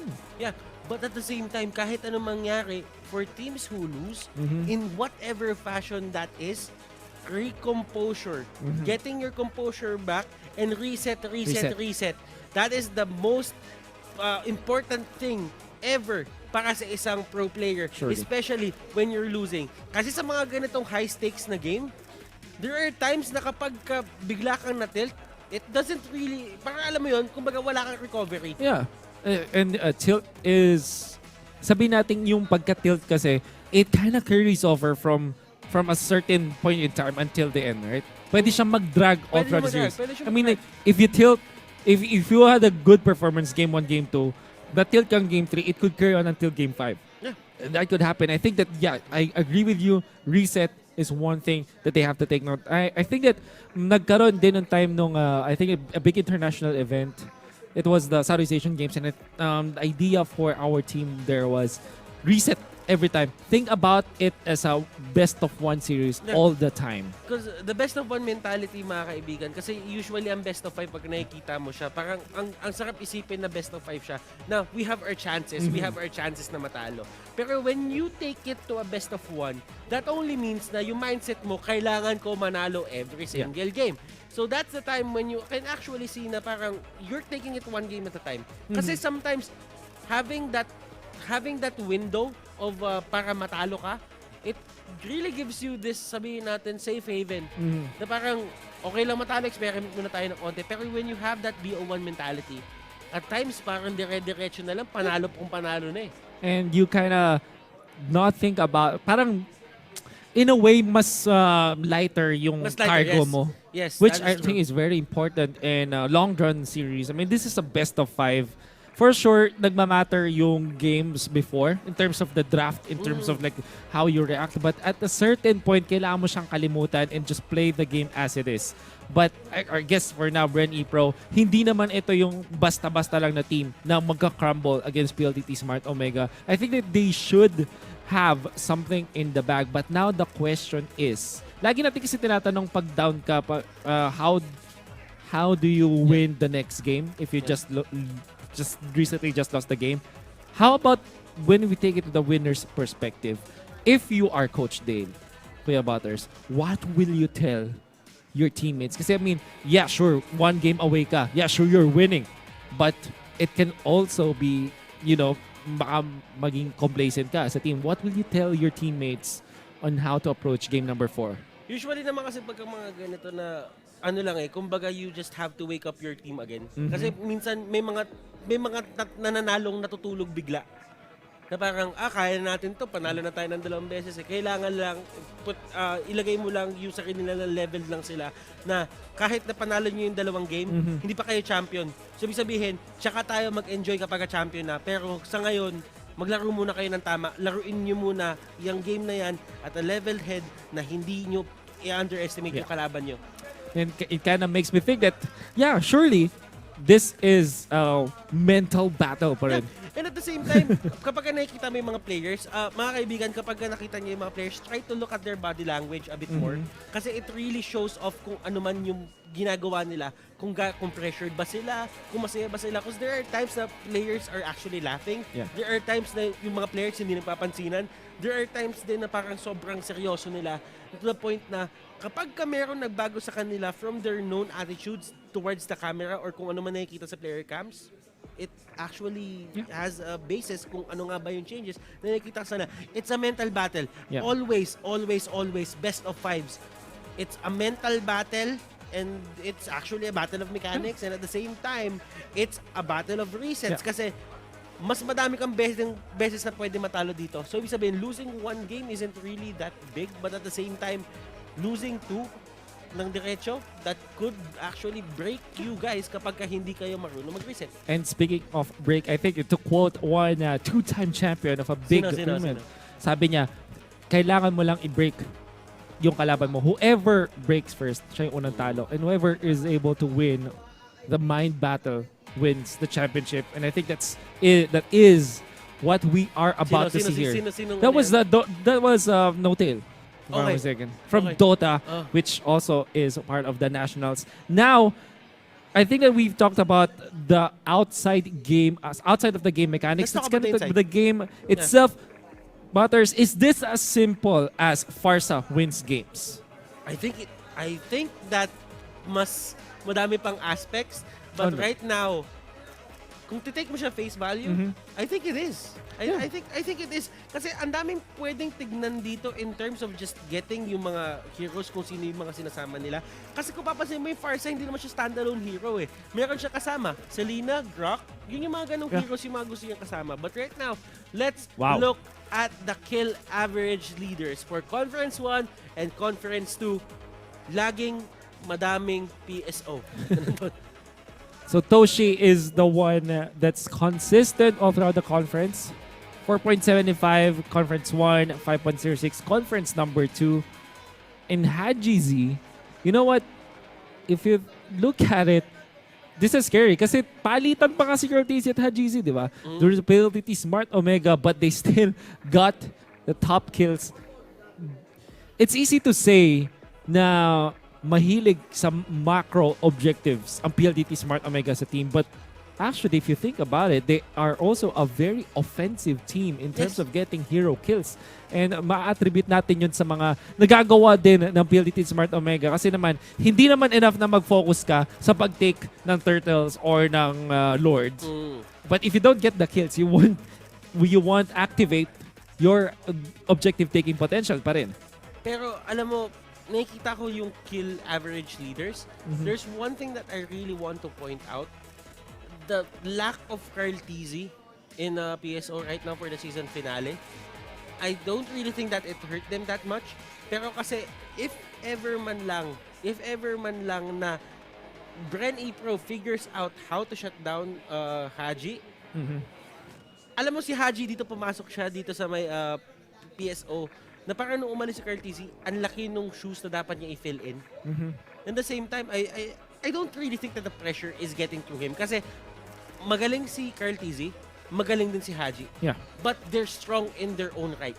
Yeah, you know what? I have a little bit of confession to make to you, Butters. Okay. So there was someone, I forgot who, but somebody asked me, kailangan ba talagang, is it like really pressure that can build up to Haji Z? But my answer is no. I think that PLDT Smart Omega losing their star player Carl TZ is, if you think about it, mas napaganda pa ang kanilang chances sa season finale. Now, you have to look at this as Okay, objective. Carl TZ, Okay. parang nung the only time na natalo sa Conference 2 playoffs, ang PLDT Smart Omega was when Haji Z was playing. And medyo nagkaroon ng mga comments outside na, siguro it's not Carl TZ wins games. Pag hindi naglaro si Carl TZ, talo ang PLDT Smart Omega. And I think that those kinds of comments kind of put something in the heads of the players din. And I think that now, with Carl TZ gone sa PLDT Smart Omega, it kind of made Haji Z sort of gigil, I would say, Yes. na parang gusto niya improve yung sarili niya. And it really showed up in the past games. Itong batang to, he is a monster in his own right. Yes, Carl TZ is another monster, but at the same time, you just have to wait for Haji Z to actually adapt dun sa pinagagawa nila. Listen, si Haji dito mga kaibigan, hindi siya naglalaro dun sa may buong nationals. So kumbaga, yung adjustment phase niya was a bit hard. Yeah. Was a bit harder for compared to Carl TZ na nandun na talaga. Pero right now, this is how you cement yourself as one of the best mid laners para dito sa ating liga. And if Haji wins this, 100% magaling din siya. And like you said, bago umahon ang dragon, you have to wake Your it up. team I is think banning. that the dragon inside Haji Z At saka was may woken up. kasabihan din tayo eh. Para maging magaling ka, dapat minsan galing ka din sa baba. You have to experience yung baba bago mo maintindihan kung paano mapunta sa taas. And one thing's that constant, however, for PLDT Smart Omega. That's why, kung napupull off nila yung mga ganito klaseng mga lineup, I think that you have to attribute it to Hayes, who is a very interesting support/tank player kasi sobrang taas ng team mechanical is skill niya. picking. And from what I heard, he plays core pag pubs so that he can learn what should be the problems for the cores para maintindihan niya kung paano niya gugulayin at iinisin yung mga cores, nilalaro niya yung being core, tapos i-apply niya yung nakakainis bilang isang support. Sobrang galing mo na mag-tank na hindi ka na magpa-practice mag-tank. Ganun ka-kalapit. Practice ka na ng core para inisin sila. Oo. Pero Pharsa. PS, oh my goodness. Your team is Kinuha picking. na naman nila yung Pharsa and this might be the game changer for the side of PSO. If BRE can actually break this, that is a chip on the shoulder here for the side of PSO. But remember, whatever happens, kahit ma-break man nila yung Pharsang to, isang hero, dalawang hero pa lang halos yung nilalabas ni Haji Z dito sa series na to. And that, Hylos, that makes for a X4. very interesting Game Your 5 if team ever is they picking. do Yes. break apart this first picked Pharsa. Interestingly, BREN E-Pro will go back to the roots. Hylos in combination with this export. Napaka-interesting nga naman dito mula sa BREN E-Pro. It proved to be successful in the previous series. Let's see if it will be successful laban sa PLDT Smart Omega. Now, Cho is considered here heavily by PLDT Smart Omega. One thing that's also constant, by the way, is yung Kimi ban dito ng PLDT Smart Omega, which is, big respect laban sa Bruno. I just Chow. the Bruno and the Pharsa Your is the team 1-2 is punch picking. na kinakailangan ng mga teams dito just to win these kinds of high stakes na game. Kasi look at the protection na ginagawa nila dito. Bruno can be on the front line when the feathered airstrike is there. You would choose, do I go for the Bruno or do I just go back? Tatandaan natin dito, Bruno can actually chase you down. If you cannot take him out of the feathered airstrike, parang ang hirap na ata. That is a big task in front of BRE kapag nangyari yung mga sitwasyon na gano'n. And specifically in terms of like the long run game, you have to take Your note. team Bruno is banning. complements the power spikes of Pharsa in a way na Pharsa in the early game, mid game Bruno comes in, and late game silang dalawa hand in hand together. So that's very scary to think about. And BREN E-Pro will settle for a Thams as the pick. It's decent versus the laning capabilities of the Bruno, I would say. I like the idea na kinuha na agad dito ng BRE. Yung Your team is I just feel banning. that Xborg is they're in their element. Kumbaga, parang komportable sila maglaro kapag meron silang hawak-hawak na Xborg. Yeah, that's true. It's one of their characteristics talaga na gusto talaga kasi nila lumaban na maaga. They did not get the Kimi once this series. Pero ang sabi naman dito ng PSO, yan lang naman yung hero na nakakatakot. Your sa inyo. team is More or picking. less, sila talaga nirespeto nila, aside from the Kufra as well. But right now, the thing about BRE is they have the space to adjust kasi Your tatlong team is tanky picking. heroes yung kinuha nila dito. They have the Expert, they have the Tabs, they have the Hylos. So right now, in terms of the mage and the marksman, they can be flexible about it. And it's all, sabihin natin, textbook for BREN E-Pro to go for the Granger at this point. Since, Diggy. syempre, Bruno yung nasa kabila. There's the Diggy pick here by PLDT Smart Omega. To might be going for the Akai. I like this a lot kasi this is your way to kind of make more space for the Pharsa. It's one thing to use yung Hurricane Dance into the Feathered Airstrike na sobrang kate, by the way. It's also one thing that if ever Akai. somebody jumps into Your the Pharsa, team is you have picking. either Time's Journey or the Hurricane Dance to protect that hero. And like we said, yung Pharsa as a hero, maybe pwede mo sabihin na Pharsa wins games, pero pag dinagdagan mo siya ng mga complementary heroes niya, doon na talaga nagiging force to be reckoned with That ang is Pharsa. why ang sinasabi nilang iba sa akin na right now, Pharsa is an S tier hero. Para sa akin, Pharsa is an A plus tier hero. Just because S plus heroes, S tier heroes can actually carry themselves. Pero Pharsa isn't that hero na kaya niya buhatin yung sarili niya. And that is one way to actually hold on to this game.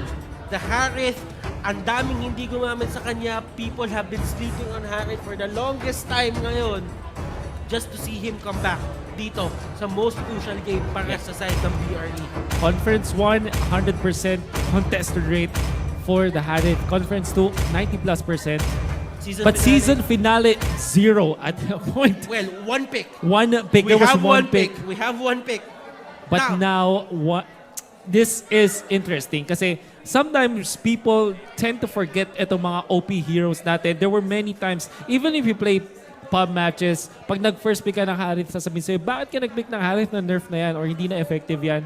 But when you play it, you start to realize, no, this is still one of the strongest heroes out there in the right hands and in the right condition. Yun nga yung sinasabi ko kay, nakausap ko si kay Saya kanina, sabi ko sa kanya, sabi niya yung Kimi daw, kahit daw na nerf, medyo pinipili pa rin daw. Sabi ko, whatever happens when a hero idea is broken, All troops it's deployed. broken. Still broken. But there's no in between. If you nerf it to the ground, people won't use it. But if it's playable, it's OP. Yeah. Nasa ganun siya. And let's see if KLVJ hashtag the king, tinatawag nila. Oh, the If king. will he be able to use this hero para mapwersa ang game number 5 para sa BREN E-Pro. As they're playing Renzo with the Thams, KLVJ onto this Harith, Reed sa X-board.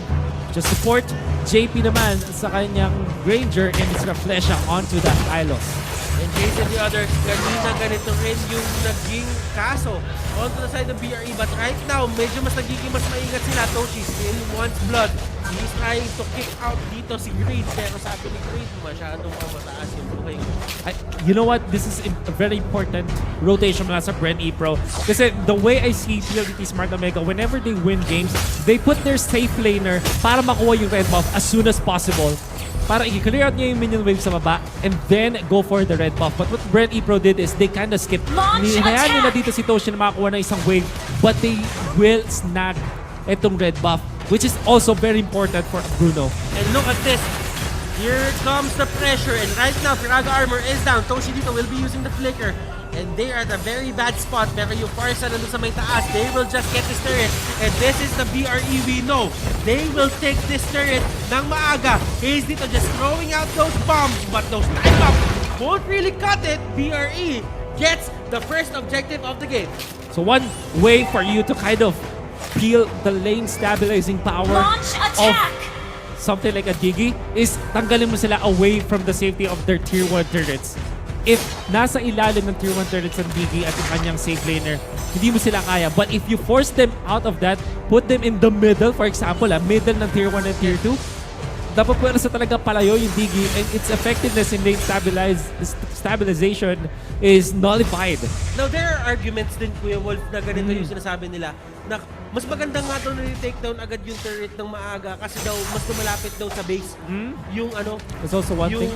That's a classic alam mo yun, MOBA that's a classic MOBA knowledge. But the thing about it is, when you push out the lane, that only means na mas malayo yung tatakbuhin mo. Pero right now, Haji, at a very bad spot! Sabog mga kaibigan! Greed gets the kill! Hindi rin nagtugma yung pag-level 4 ni Heat doon. Could have used the Hurricane Dance, but of course, kaka-level 4 lang niya doon. At by the time he gets his Hurricane Turtle Dance, his ultimate, resurrecting hindi na soon. niya kailigtas si Pharsa mula doon sa last Insanity. And of course, how can you actually save your teammate from the last Insanity? And it's important to take note that Greed at 3 minutes, having the level 4, is so much of a good power spike for BREN E-Pro all of a sudden. And look at Heath. Ang daming nakalsalalay sa kanya dito. He's at level 4. Makuha siya ng isang game-breaking na Hurricane Dance dito, catching out 3 heroes into 1 Hurricane Dance. That could be the deal breaker. But right now, Heath and the others, they're actually trying to get the kill. Pero GG's JP here. napalayo doon. Pero sabi ni JP, hindi mo na ako mahuhuli yan. Fool me twice. Medyo mabigat na yun. They will be able to run away, keep their lead intact at this point. Skill VJ, 0 kills and 0 assists. But he's level 7 at this point. Di lang Harit. Farm really well. Wow! Kenji with the crossover! And it comes the rest, but it's not enough. Renzio does have the counter at Inferno at makakatakbo mula sa PLDT Smart Omega. And Toshi dito eating a lot of those Death Sonatas. But right now, Haji, nakita na naman siya si Greed. Si Greed talaga yung nag-iisang tao dito na magaling maghanap ng Pharsa. Yeah. Lahat na naghahanap ng Pharsa binibigay sa kanya. Yeah. Was their series laban sa Signal Ultra Warriors. It is not that different here para sa BREN E-Pro with the X-board. Laban sa PLDT Smart Omega, but you can see that BREN E-Pro are still leading, but not to the biggest of lead. In fact, isa pa nga lang yung naging nakikita nating kill sa mapa. This is what you feel like when somebody's at match point na rin. Alam mo yung dating kasi ng Pharsa ngayon, kung bakit siya sobrang effective. Kasi there are times kasi na some people, you know, just alam mo ang kailangan sa isang Pharsa, hindi ka mag-hesitate.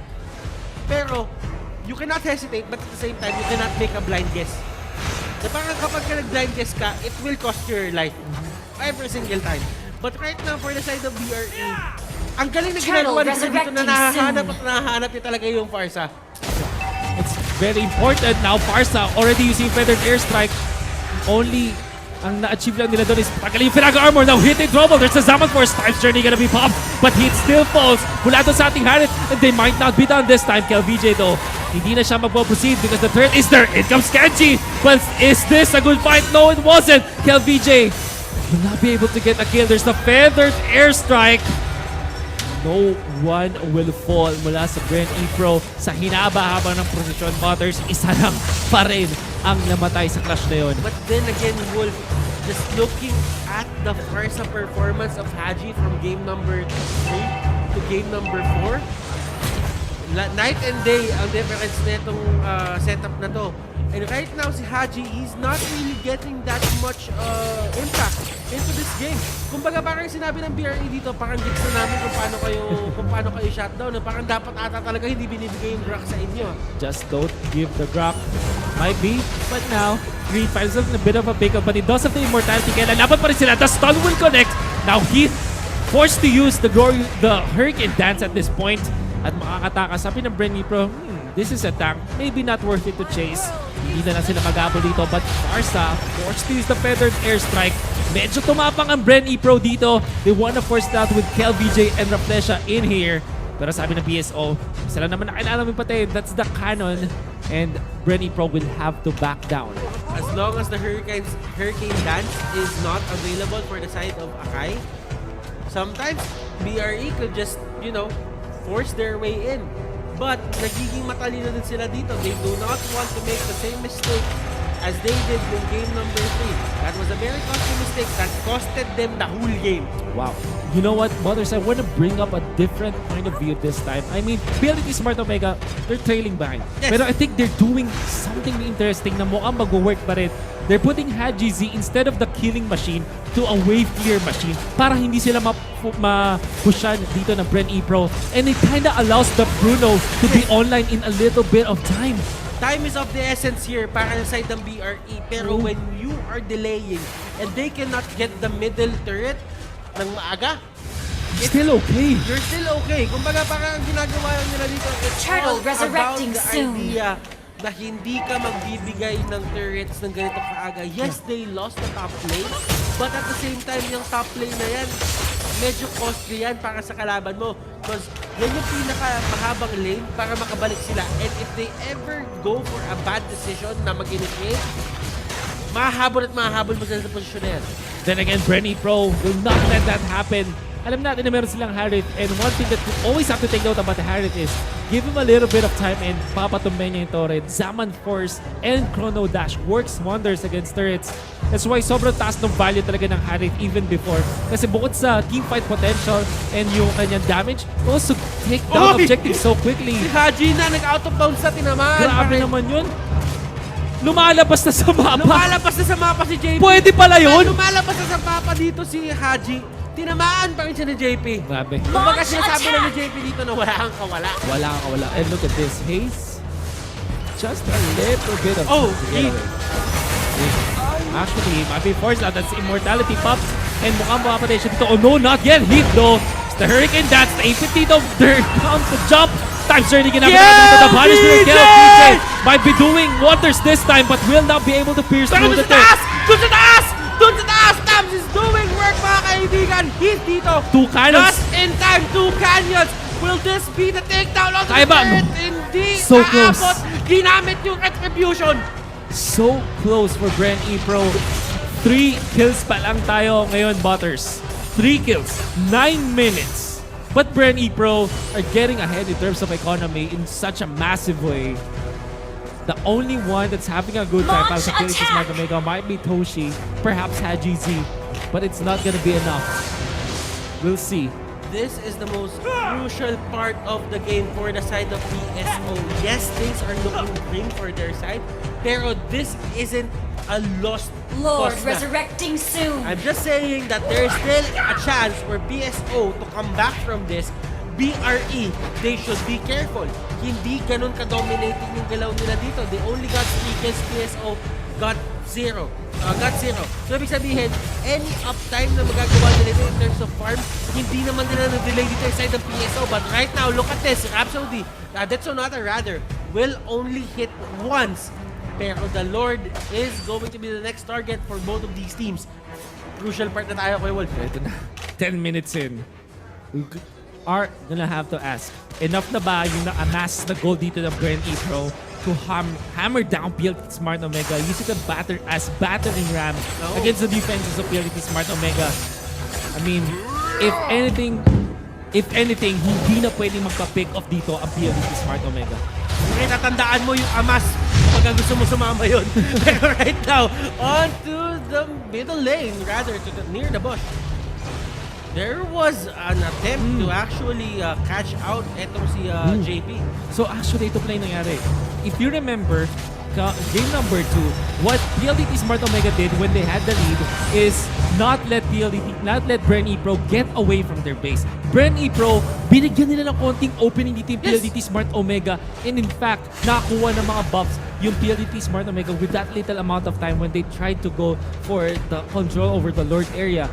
That is such a gamble mula sa BREN E-Pro, and I would think that PLDT Smart Omega are so happy with that kind of opening. That being said, however, BREN E-Pro, nasa kanila pa rin ang control sa ating mapa. They still have the wheel at this point. But still, Wolf, look at the main idea here for the yung pag-start ng isang hero, ng isang team sa jungle.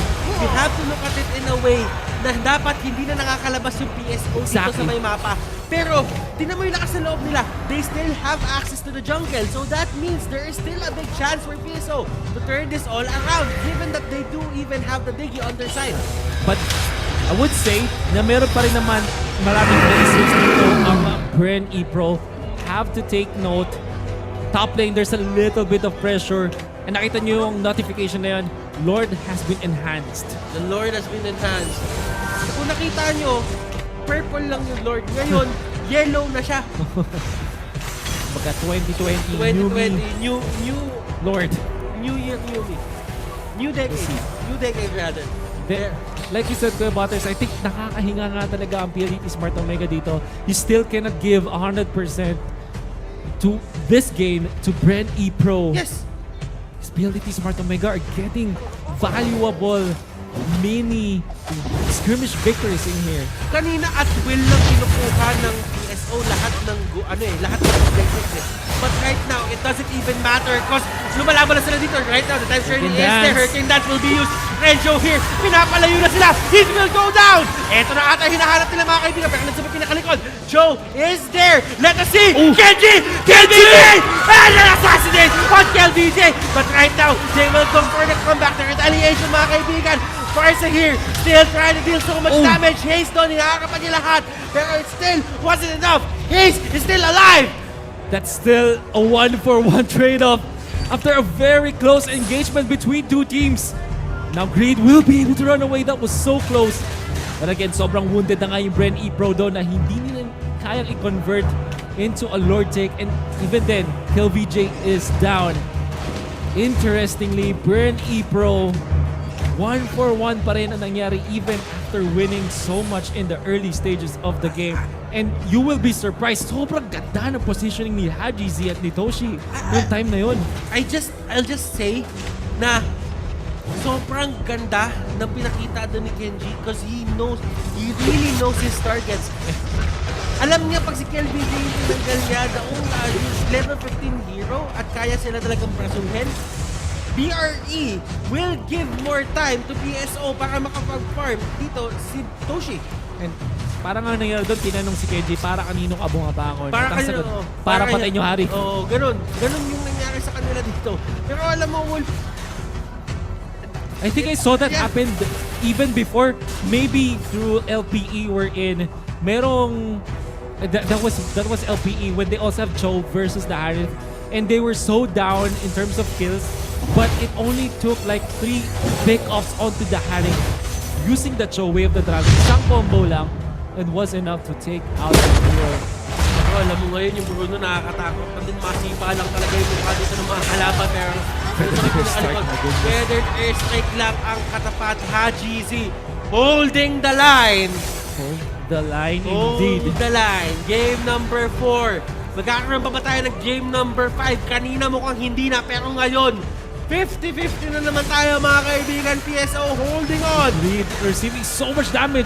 Wala kay Toshi dito. Toshi having to use the flicker. There's the feather airstrike. KelVJ na naman ng 3 beses. Hurricane does it there. Gets the immortality pop. Now they have to run down this time. The Flesh Shop manning the front lines. Pero mapapatay pa rin siya dito ng Bruno. The damage is more than enough. Maghahabol ba ang PLDT Smart Omega dito? They want to go for the Lord. Oh, nice guess mula kay Haji Z, but very much safe on BREN E-Pro at this point. And this is looking bad for the side of BRE. They cannot finish the game. It's one of the things na kailangan mong bantayan kapag merong marksman katulad ni Bruno dito sa may game. Even the Pharsa. Yes, the Pharsa didn't have a good early game, but it doesn't matter. He had time. Hurricane Dance will be used. Dito matutumba, pero hindi siya matitake down talaga. Haji! One more hit! He uses the third form to actually get out. Toshi still fights! Immortality is there. Grabe naman si Toshi dito, pumalag pa rin. Last insanity, naiwasan pa nga niya. Greed, can you run away? There's the flicker. Feathered airstrike, gagamitin na. But Kenji will have to run away this time. Renjo, tinatry niya mag-pierce sa backlines pero wala siyang aabutan. Heath jumping away mula kay Renjo. The tug of war once again mula sa PLDT, Smart Omega, and BREN E-Pro. Around the Lord area. Ito pa rin talaga yung nangyayari. Who's gonna win this? They should actually be taking this down. Kailangan nila hanapin yung Pharsa ngayon. That is the question. Revolution dito with the Glorious Pathway. And look at this! The Lord will be there inside the BRE, but right now, they're still fighting. Revolution dito will be going down. And right now, please, and the others, they're trying their best. Oh wait, the dragon! Getting caught out!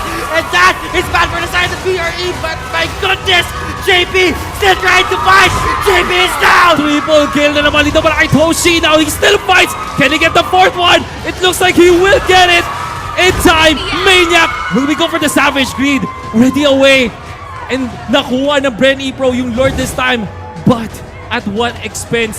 Already, it's my top lane. Working on the Lord is Pharsa as well as Toshi. Have to be careful. It looks really safe naman for PLDT Smart Omega as they trade such valuable victories here onto that skirmish. Even using the millisecond vulnerability before he uses the last insanity to kick out yung X-Borg at hindi na matuloy. Ano ba tong game na to? What kind of mechanics are we seeing? What kind of nuances are we seeing in this game? This is a very high-level match, Kuya Wolf.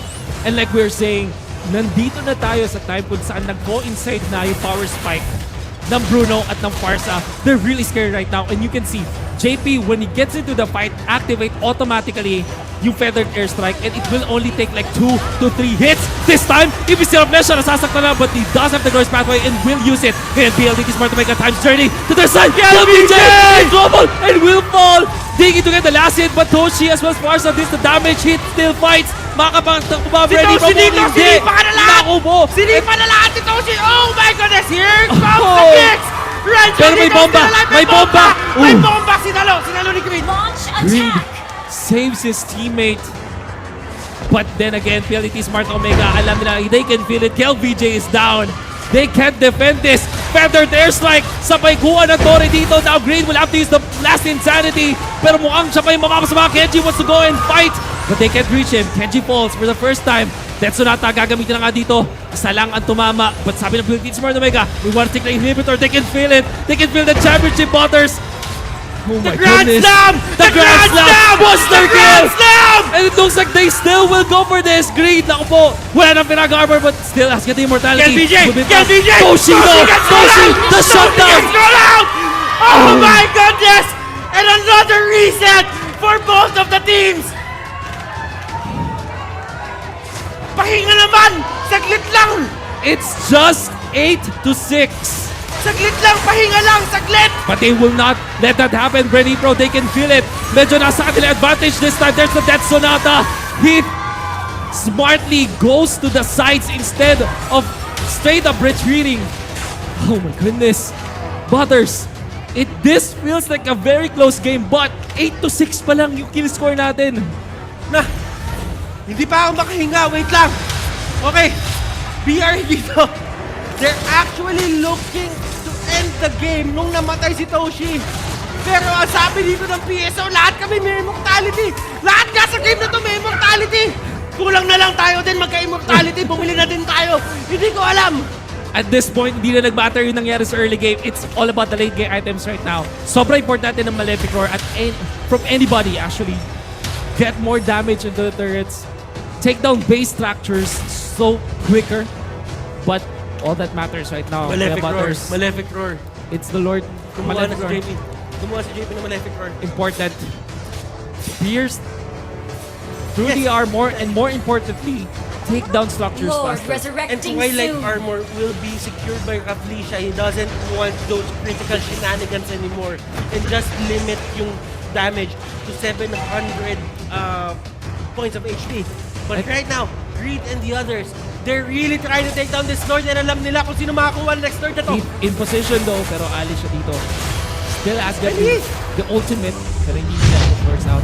Ito na naman, Kuya Butters. Tago-4 na naman around the Lord area. Ito na, alam mo, itong Digi na to, yung nagpapahirap talaga sa side ng BRE.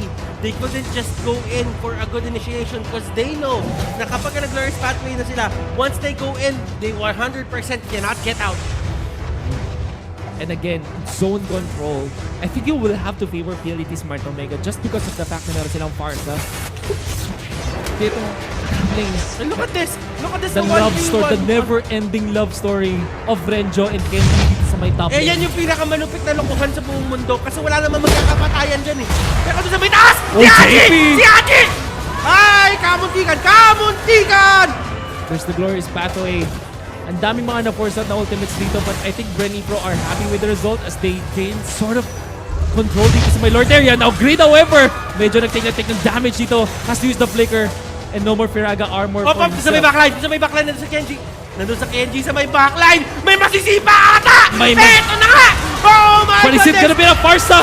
Oh, KLVJ will go down for the first time pero may Zaman for Sanadon. May immortality siya. And he might fall. Kenji! KLVJ! To get the KLVJ victory! still alive! Pharsa goes Oh my down! goodness! Toshi in trouble! Habulin dito BREN E-Pro. There's the flicker! Renjo and the gang! Toshi goes down! Glorious pathway ginamit na nga. They wanna go for haste this time. Can they get the third kill? Mukhang kayang-kaya nila. They have all the slows and all the catch-up in the low. Pinalo yung bird! My Eto na! goodness! Oh my goodness! Doon sa may gitna nagkakabulan! Si JP! Si JP pinapakil mga kaibigan naman sinisita! KLVJ! Oh, Kenji! Oh! Nanalo yung Harriet against this Joe! And only hit to And defend! this might be it! This might be it mga kaibigan! We are probably gonna go to a game number 5! This game, nanakit yung ulo ko! Ah! Sakit!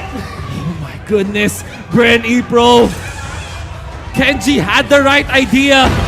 But KLVJ stands strong and the rest of BREN E-Pro able to punish! Hold the He line! cannot do it! He can't do it! Hurricane Dance gagamitin niya dito but he will fall. There's still some minions left for BREN E-Pro. At mukhang eto na nga, di pa! GC respawns in time! Just Toshi go in for here the as Lord. well. They are just gonna go for the Lord. They are just gonna go for the Lord. Ito pala yung pakiramdam pagkasigaw ka na lang ang sigaw. Ah! Pero yun, si Lord. Lord is the next objective. Sobra importante, Butters, for both teams. And it will be slain by BREN. Reset.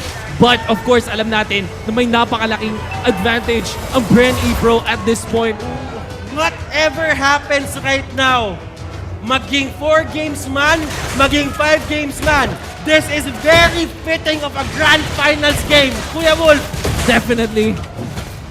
pang grand finals. I'm out of words at this point. Wala nang hindi na importante ang mga analysis. Hindi na The stats don't matter anymore. It's all about how they will execute Feathered Airstrike. Panimula dito sa Freddy Mabutar. Cross pathway and Death Sonata. Napakagandang talon dito. Great with the last insanity but he will go. Now PSO. Napupugaw na sila dito ng BREN E-Pro. And unti-unti napatay na nila si Toshi. Renzo fights him. And that's the case. BREN E-Pro forces Game 5. Game number 5.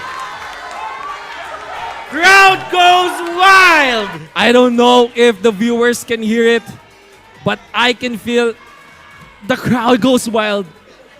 Here sa Eastwood. And we're out of words. We're out of our voices. I'm out of breath. Out of breath. Out of everything. I'm sure lahat ng tao tuwan-tuwa after that match. More importantly, we are gonna go to Game 5. BREN E-Pro. My goodness. What a game, what a game, what a game. Iba. Iba yung dinadala nito. And look to the point na 12-8 lang ang score. Pero parang ang daming nangyari. It kind of felt like a bloodbath. Even after 12-8. Sa sobrang dami ng mga skirmishes, sobrang dami mga trades, it didn't matter in the end. BREN E-Pro.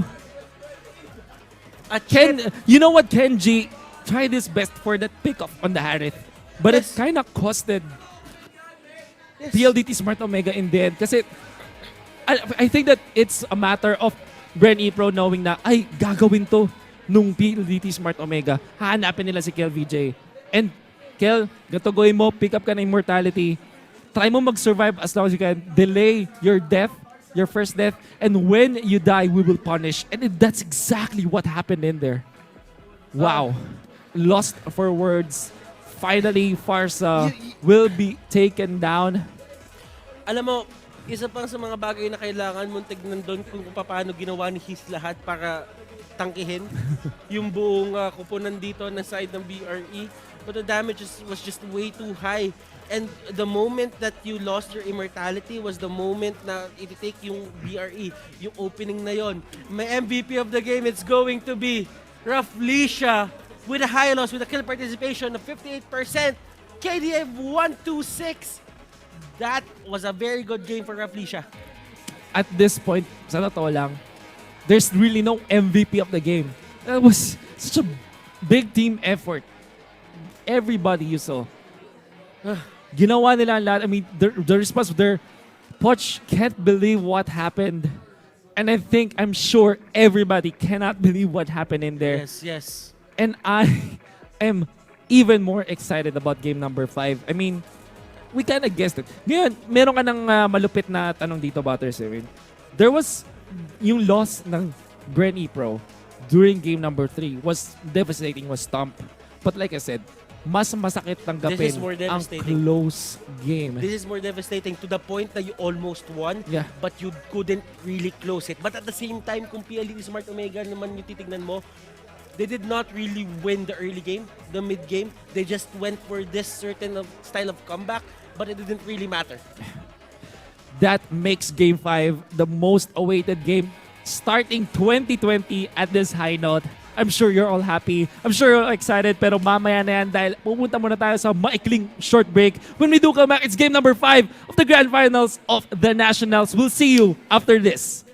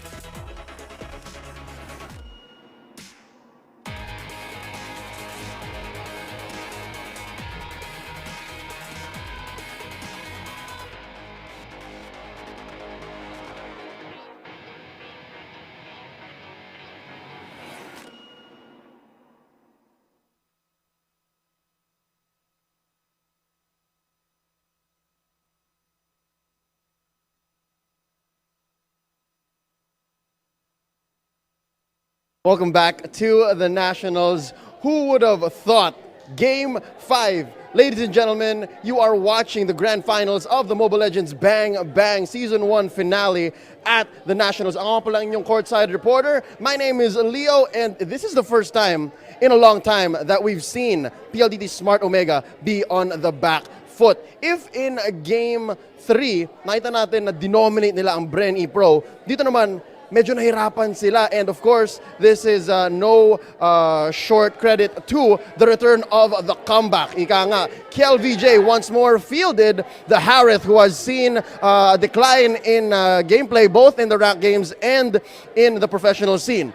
Tingnan natin, Game 5. Those who know the BREN E-Pro lineup from their other tournaments know that this team does very well in this position very specifically. Will we see the Grandslam champions, or will we see BREN E-Pro dethrone PLDT Smart Omega? Wag na natin patagalin pa. Let's go ahead and throw it over to our shoutcasters. It's gonna be Butters and Wolf taking us home. Let's get it.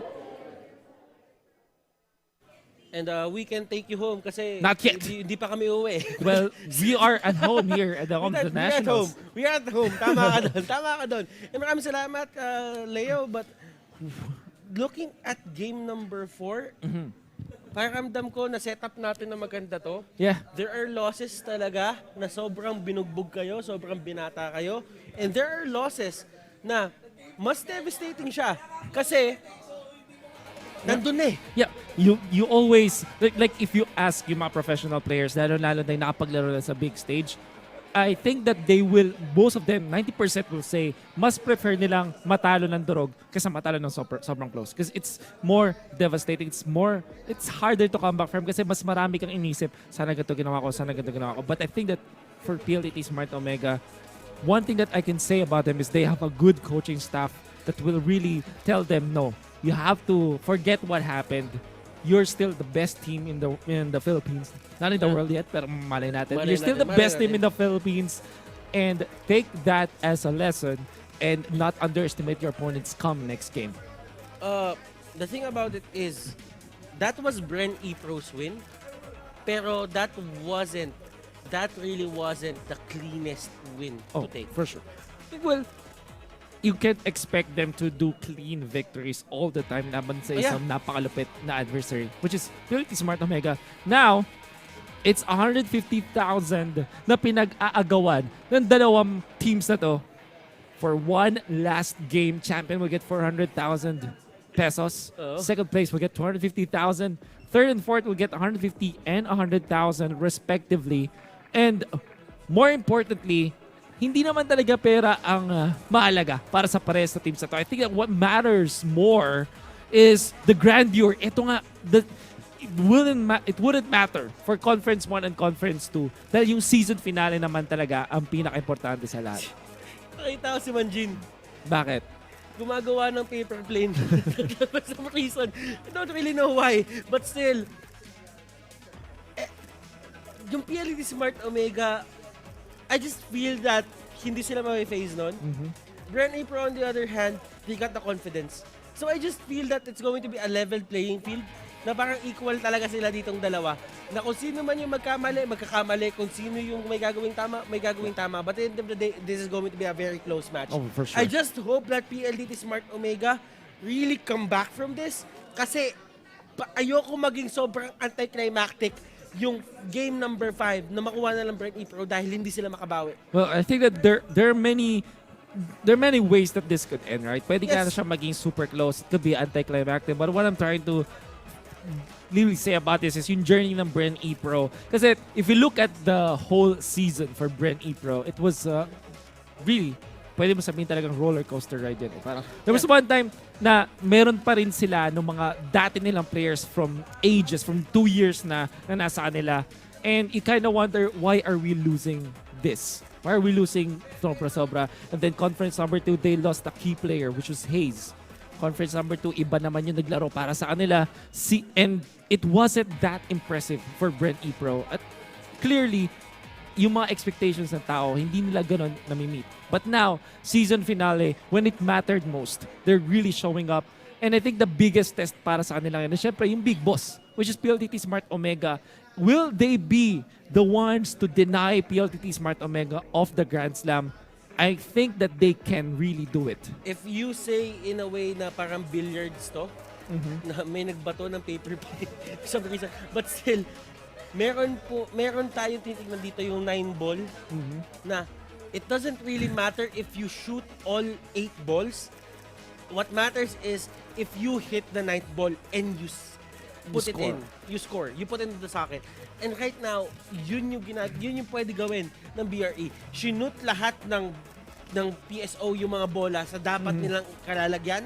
Ang gagawin nila ng Bren, one good stroke to actually get the 9 ball in. Yeah. That is what is happening, and malaki yung nakalagay dito or nakasalalay para sa side ng PSO. Kasi kumbaga, alam mo yun, pinaglaban nila ito buong magdamag eh. They became the champions. They really put themselves into peak performance in their top form. Just to lose. Just to probably lose in the Grand Finals, pakiramdam ko ayaw nila mangyari yun. However, I think that it still is a good story for PLDT Smart Omega. Kasi parang, yeah, sure, Conference 1, kinalaban niya yung Signal Ultra Warriors 3-0.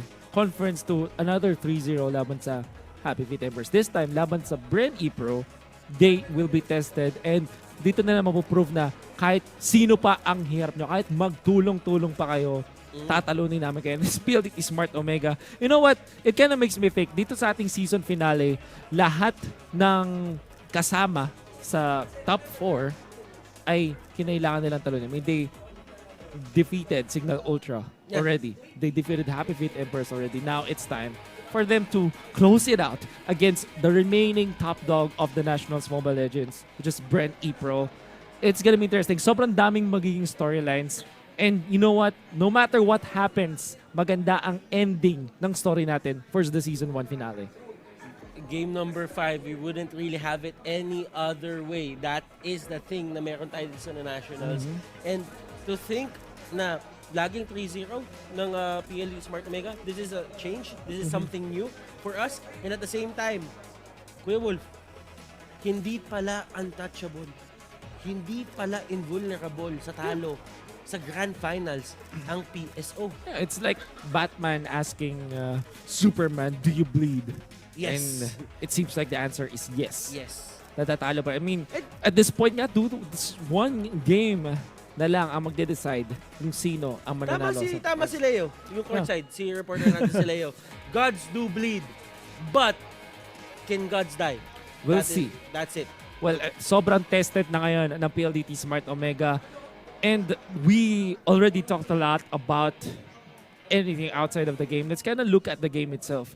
Ngayon that we saw Pharsa already being defeated, do you think na tama yung approach dito ng BREN E-Pro? Was it a lucky break for them to have this high-rate composition to defeat PLDT Smart Omega? Or was it just a thing na talagang pinagplanuhan talaga ng BREN E-Pro? I felt, ganito na lang. The Harris pick was good because he can protect himself. But at the same time, you didn't really feel an impact na nakuha niya yung kills. The only time na naramdaman natin yung impact of the Harris is when Toshi actually presented himself in front of that Harris. Yeah. And the Harris got the kill. So I don't really think that the Harris Is a good hero, is an answer, but it most probably was the answer that they needed at that certain point. Yeah, it kind of made a lot of sense even in the late game kasi parang nagkaroon sila ng chance na, Protection. sure, it kind of forced out a lot of, sabihin nating errors. Hindi siya, kasi merong errors lang ng isang team, and there are forced errors, meaning to say these are the errors that you commit because your opponents forced you to do it. Yes, So that I is think true. yun naman talaga yung nangyari out of the habit. And I think na-mention mo to kanina, Butters, ang biggest problem pala talaga nila is the Grok, not anyone else. And BREN E-Pro will Your ban team that out is for picking. PLDT Smart Omega. It's X-Borg. Sabi na dito ng PSO, mataas yung win rate ng export nila sa atin. Nakakadalawa na yung Kufra. export. So tanggalin na Your natin. team is Kung nakadalawa picking. na yung rock natin sa kanila, nakadalawa na yung export sa atin. We'll see.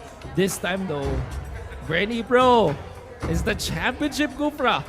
Makikita ba natin na dito sa pinakahuling laban para sa Mobile Legends Season Finale, championship Kufra will win the match. We'll see. Are they really gonna go for that gourd? They will still try and secure that Pharsa. Sino nga lang ang Grandeur. isasama nila Pharsa. Ooh, power And play. team this is is a picking. flex. This is a flex, Wolf. But at the same time, if BRE actually plays this right, kung paano nila kukunin yung mga heroes na to, they can actually shut down the Pharsa with these two picks. This is scary. Kasi if you look at it, sige fine, makuha mo yung comfort picks mo, but this is a championship match. You don't literally win a match by getting your highest win rate heroes and hope for the best. It's exposing Thumb. them at this early Selena. point Your in the team game. is It might be picking. scary. Pero sabi ng BREN E-Pro dito, Selena Yes. and Hams. I agree with you kasi when you pick your two damage dealing cores agad-agad, that only means that you don't have enough time, you don't have enough slots to actually adjust it kasi if you actually pick two more cores here, that only means na nasa alanganin na agad kayo. This is scary. Pero you have to trust Lolita. yung decision making Your dito team ni Catch is Dale, one of the banning. most experienced coaches out there. And sabihin na natin, yeah, sure, madali namang counter pag nagpakita ka agad ng dalawang course mode. But if you put it in the hands of able Your team people, is banning. kayang-kaya nilang i-manipulate yung hero na yon na you can say na hindi sila talaga nakokontra. Yes, that is a very good point. We're not really saying na may mali or anything. It's just that it's going to be hard. Hard. It's going to be harder. But that doesn't mean na Your team hindi na is talaga magagawa ng picking. paraan. At somewhere along the lines of the pickings, makakapag-adjust sila. And if they do that and if they play it brilliantly, then most likely they have the game already. Kasi nakuha na nila yung best course nila. It's gonna be Hellkurt. The ban for PLDT Smart Omega. It worked wonders for BREN E-Pro in their first series, lalong-lalo na laban sa mga Pharsa Jawhead. heroes. Oh, like the Your Jawhead team mula dito is sa PLDT picking. Smart Omega. It kinda allows them to para siyang power pick, parang advanced pick para sa PLDT Smart Omega. Para if ever magkaroon ng marksman or ng farm heavy hero mula sa BREN E-Pro, kaya-kaya nilang i-shut down. And more importantly, ang ganda kasi ng mesh nito with something like Bruno. and the Pharsa. Kasi maaga mag-online ang isang Joel and sobrang disruptive ng ejector. So it means that there will be plenty of time for Pharsa and Granger to hit the butts. Esmeralda. And Your one of team the things is picking. na kailangan natin tignan dito is kapag nag-ejector si Jawhead sa isang Kufra na bouncing ball gets cancelled. Yes. And at the same time, ganun din yung, it's a complex relationship between Kufra, Lolita, and etong Jawhead. Na kapag ka nag-Luminous Blast din dito si Lolita, if mahuli siya ng Tyrant's rage, that could actually mean stopping the whole sequence ng Luminous Blast. So, it is kind of sabihin Ciao. natin medyo nakakalito. But at the same time, things are really making sense in terms of picks right now. Joyd also cancels yung pag-charge ng Falling Star Moon. Yes. But more importantly, ginawa ng PLDT Smart Omega to ng game number 2 when they use the Joyd laban sa Selena in a way na parang if there is somebody hit by the Abyssal Arrow, just use the ejector to run away and it will be good. It did not work that much nung game number 2. I mean, evidently natalo din eventually ang PLDT Smart Omega, but you kind of get the sense here. So marami silang pwedeng usage dito sa ating Jawhead. Now, I think the one storyline again para Butters na hindi pa natin masyado napag-usapan is this is Hayes facing up against his former team, former franchise, but kind of in a brink of getting defeated pa rin, which is gonna be really heartbreaking if you think about it. But of course, it's good for BREN E-Pro. Now, Butters, we are laying down the curtains for game number 5. The And last game of the season. Battlefield. Here Smash we are. them. BREN E-Pro dito has a All chance troops deployed. to actually win 2 titles with the same lineup. Exactly. itong lineup na to, ito yung ginamit nila for other tournaments then. They got a major win out of that. And right now, another major win if they actually win the season finale. But PLDT Smart Omega, let's see if they will let that happen. As BREN E-Pro versus PLDT Smart Omega, the Grand Finals game number 5. Firing up on all cylinders. This time, Renzo, buti na lang may Cyclone Eye. He gets away from PLDT Smart Omega. And look how they utilize yung environment nila. That certain invade shouldn't have been possible if walang Cyclone Eye na yan. Wow, this is a quieter game as we are seeing. Walang invade. The stun though on the Toshi. And look Toshi at activates the Purify as soon as possible. And eto yung nilalagay nilang pressure dito kay Toshi. They're not really letting Toshi do his stuff. Pero right now, Hayes is getting bursted First down! blood. Falling Star Moon! First blood! Makukuha ni KelVJ. Napaka-importante na yung shutdown mo yung safe laner ng kalaban, and that's what that is BREN E-Pro is doing. PLDT Smart Omega Look at just this! wanna return the favor. Feathered Airstrike. Kaya nga naman si Kenji. JP running away. And I guess the crab will be secured by... did not see. Fail to see. Might be a fresh kasi walang buff na natira doon. That was a small crab, by the way. But that was a small crab. Sa mga Small hindi crab po pala. nakakaalam, yung first crab na lumalabas is literally a small crab. Small crab. And in that way, hindi masyadong mabilis yung mga rotations sa mga mid-laners right now. Pharsa, tried to go for the feathered airstrike steals pero hindi mangyari. Now, this is a big difference dun sa previous na Esmeralda games to KelVJ kasi this time, mas maganda yung start niya. 1 kill already. Level 5 at 2 minutes. Tapos nakakuha pa siya ng crab coin. Surely, ito talaga yung ideal na start for any Esmeralda player. So, this is such a good start for them. I think that BREN E-Pro, mas masaya sila dun sa fact na walang invasion na nangyari kasi mas stabilized yung kanilang laning stage. In fact, they will try to go for Haze this time. Falling Star Moon, level 3 lang si Haze this time. Feathered Airstrike will not save the guy. Greed almost falling pero hindi nila itutuloy. They're really trying to put a lot of pressure dito kay Haji Raflisha. Try to go in. Kamuntikan siya tamaan dito. But right now, they will be trying to secure that turret onto the bottom lane. JP dito, hindi pa kaya ng damage output niya. Missile Arrow will be thrown out pero makakatakas agad doon. Si Turtle Haji, resurrecting Just like soon. the previous game, they're using yung Pharsa Feathered Airstrike para makapag-defend. And it was really successful. Now, crucial timing kasi after nga naman nung reset ng buffs, you have to kind of refresh a little bit. Medyo magto-tone down ka kasi you need to secure your own buff. Ganun na ka-importante yung mga buffs ngayon. Kahit na nananalo ka, if you die when the buffs reset, mas masakit yun eh. Kasi it really puts a blow into your overall presence in the early game. And Hayes gets caught out and look at this. My goodness, the initiation coming left and right. Reed dito na mataw na Minundas will be thrown out. Tatamas tatlo. But right now, Haji Z, they're really trying to fight this. Haji, nahuli siya dito ng Enjo. Enjo dito with the ultimate. Pharsa will go down. And they're still fighting mga kaibigan. Enjo dito lumalaban pa. Pero he will go down as well. And right now, JP na sa may pinakahangap. They inject siya dito. And Robinson Arrow is there. Robinson Arrow is there. Tinatakbuhan na sila mga kaibigan. KelVJ and the others, they're still alive. 2 for 1 trade-off. Very crucial, by the way, kasi hindi core yung namatay. I mean, it was still a core offlaner para sa BREN E-Pro, but more importantly, napatay niya si Haji Z. The moment na pinop yung Feathered Airstrike, ang ginawa doon ni Renzo, he immediately goes to where the source was.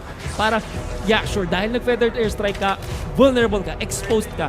The Abyssal Arrow might not be important anymore, pero yung fact na tinalunan siya ni Renzo surely gets the kill! They connect to the one!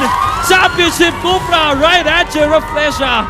Flexing his Kufra skills! Iba talaga pagkamukha mo na yung hero. But still, it is what it is. Ang ganda, ang lupit, ang tindi ng bigayan nila dito. They're not really letting up. The ejector is there. Renzo dito has his ultimate. No kills! No kills! No harm, no foul, no blood, no No foul. blood, no blood, no foul. Dun sa may top lane. But I guess that this will still be a push dun sa PLDT Smart Omega. Bottom lane to.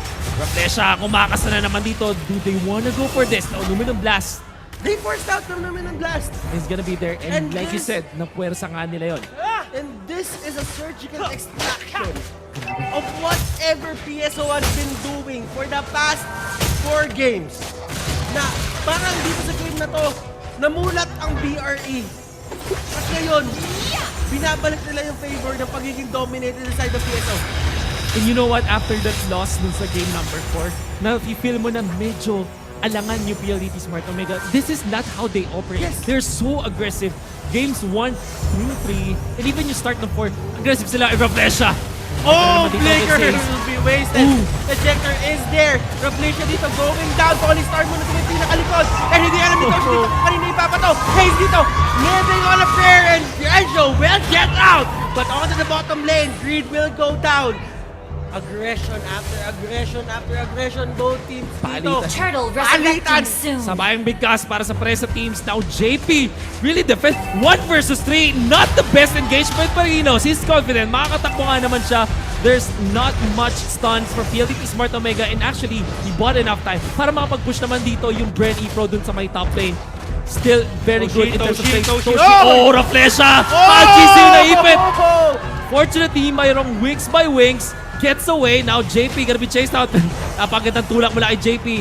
Just a little bit of nudge para mapigilan si Hayes sa pagtakbo with that unstoppable force into the ejector. Sana na gagawin niya. Raflesha! Naku po! Ito stun mula kay Grid. Good day, jump Hayes. Medyo makunat. Kobe, Luminal Blast. Nothing but germs at tinamaan dito. Now Renzo will chase Hayes and surely will get the kill. Samantala sa kaliwa, mukhang hinahamon na rin sila. Hit gets taken out. BREN E-Pro And how dominating this time.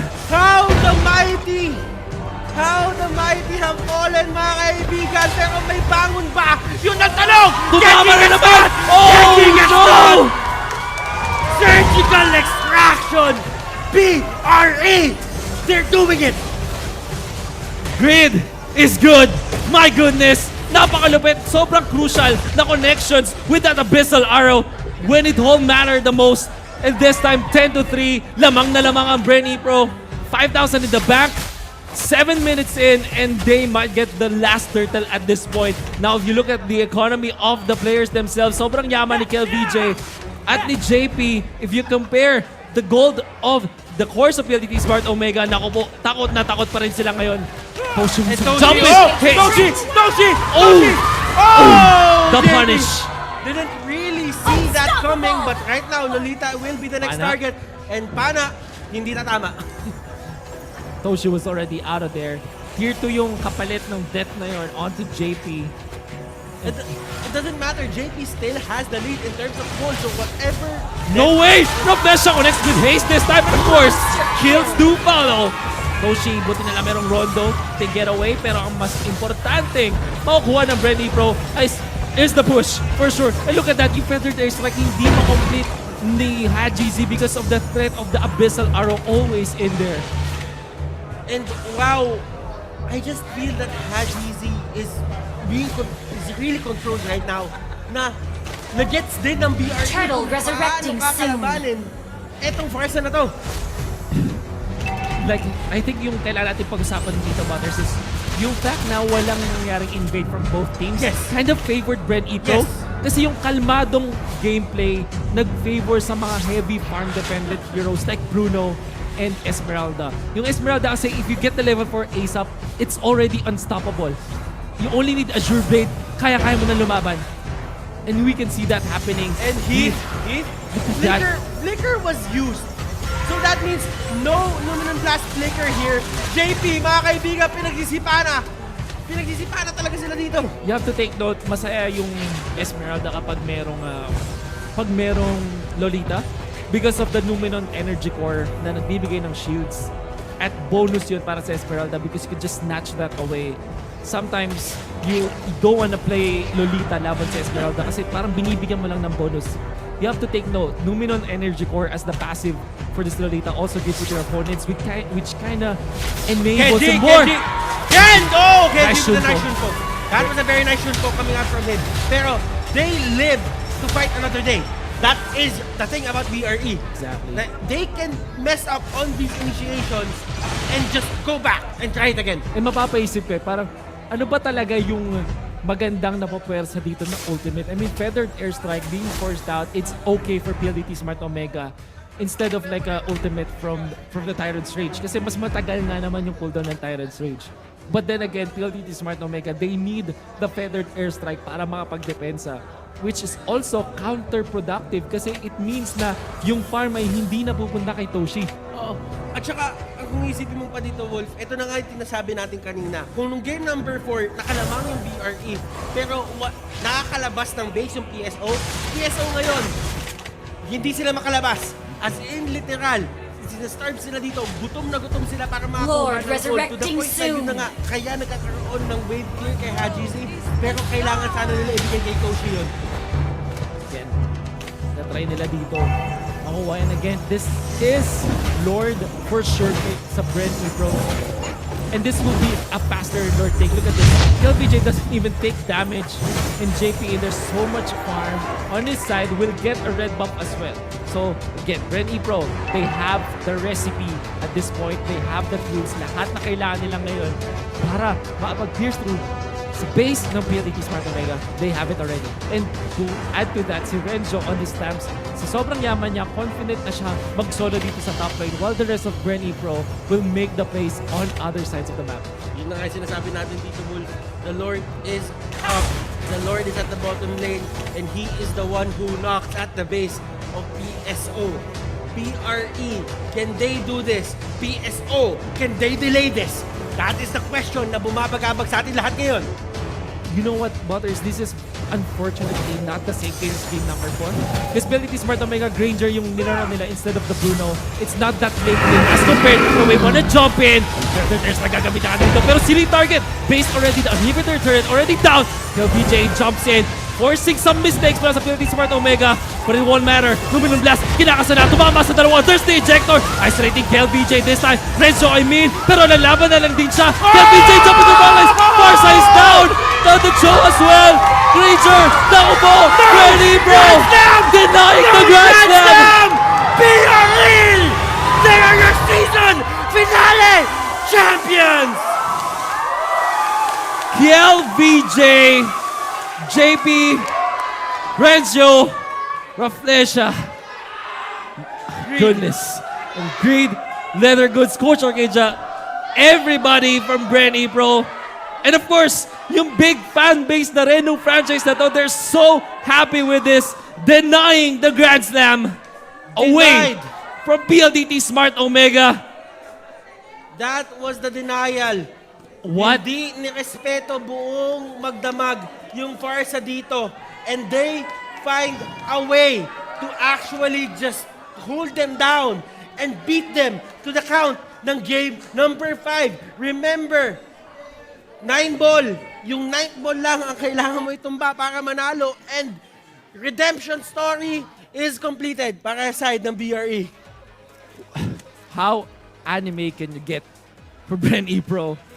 The comeback, I mean, it wasn't like really like the worst of the lows para sa BREN E-Pro, but for sure, in terms of expectations versus reality sa franchise na to, surely Conference 1 and Conference 2, hindi siya ganun kaganda for the franchise and the fan base. But come season finale, when it all mattered most, BREN E-Pro tested kung nagbe-bleed ba talaga ang gods.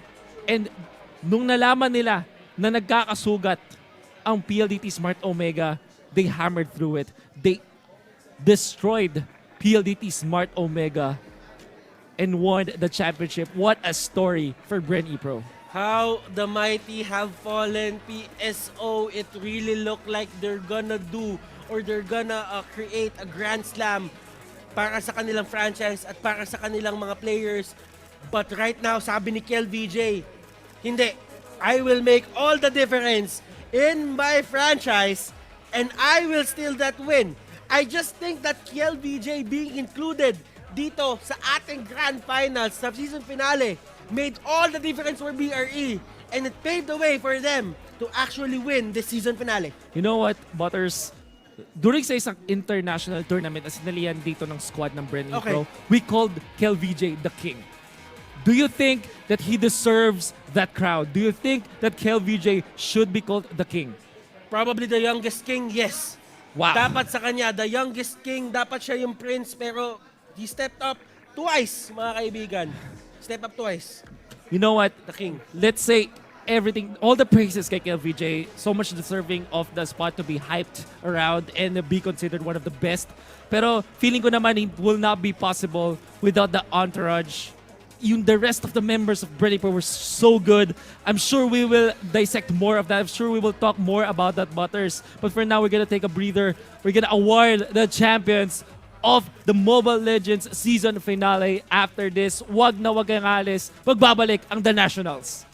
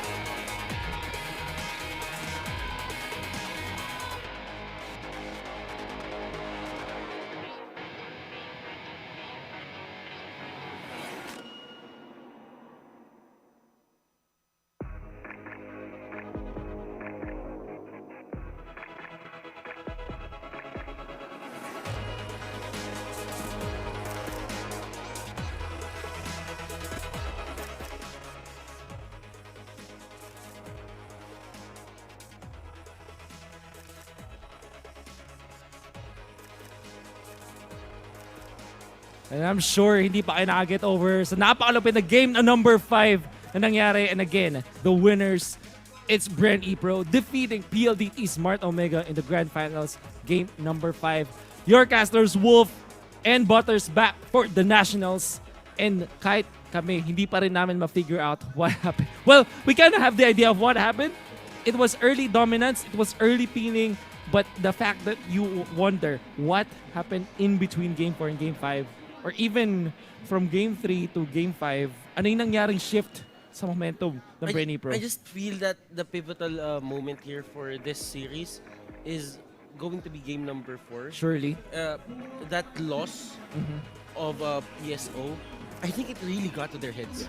And alam mo yun, parang dumating sa point na reset, but they didn't.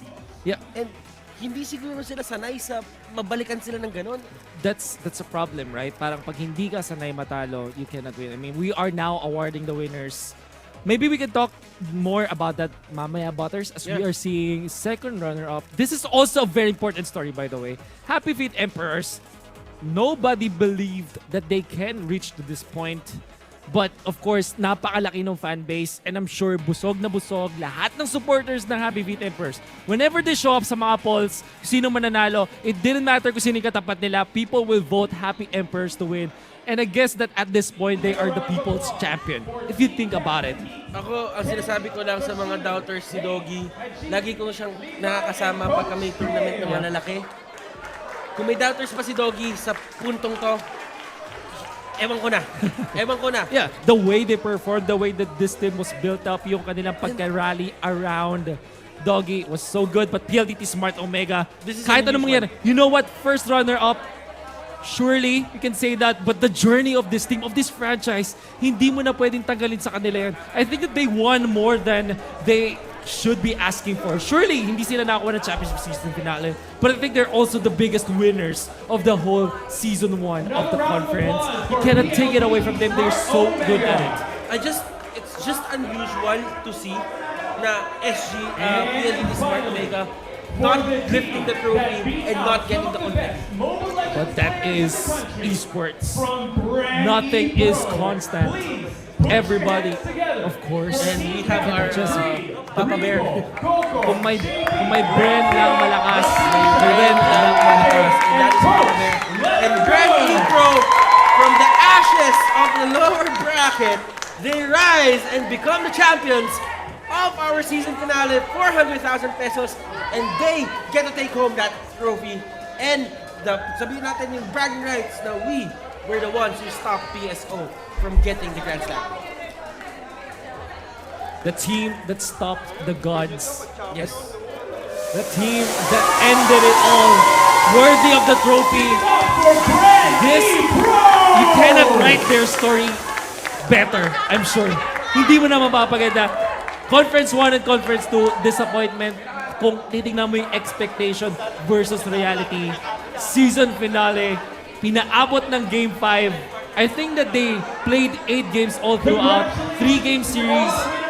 Laban doon sa Signal Ultra Warriors. It was quick versus Happy Feet Emperors. But again, another 5-game series. Full-blown.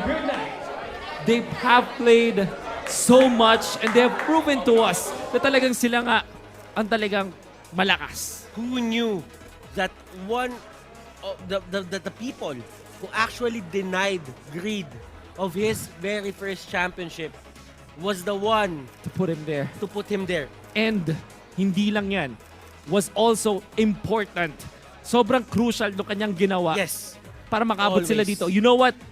In their series versus Signal Ultra Warriors, 1 game away from being defeated, Greed was there to win the match. In this time, Game 4 and Game 5, super crucial. Stunts and pickups because of Greed. And hindi mo na pwedeng tanggalin siya sa team ito. He is part of the team. He is pivotal to the championship of BREN E-Pro. A lot of things happened, and oh my goodness, this day was very action-packed. From a one-sided series dun ng games ng semifinals, we had the game number 5. Wow, so much to take into, and I'm sure gustong-gusto nyo marinig yung interviews natin or from the court side, of course, but we will now hop into break. Magbalik natin sa court side report, maybe to wrap up this season finale. Wolf and Butters, don't go away because the Nationals will be back.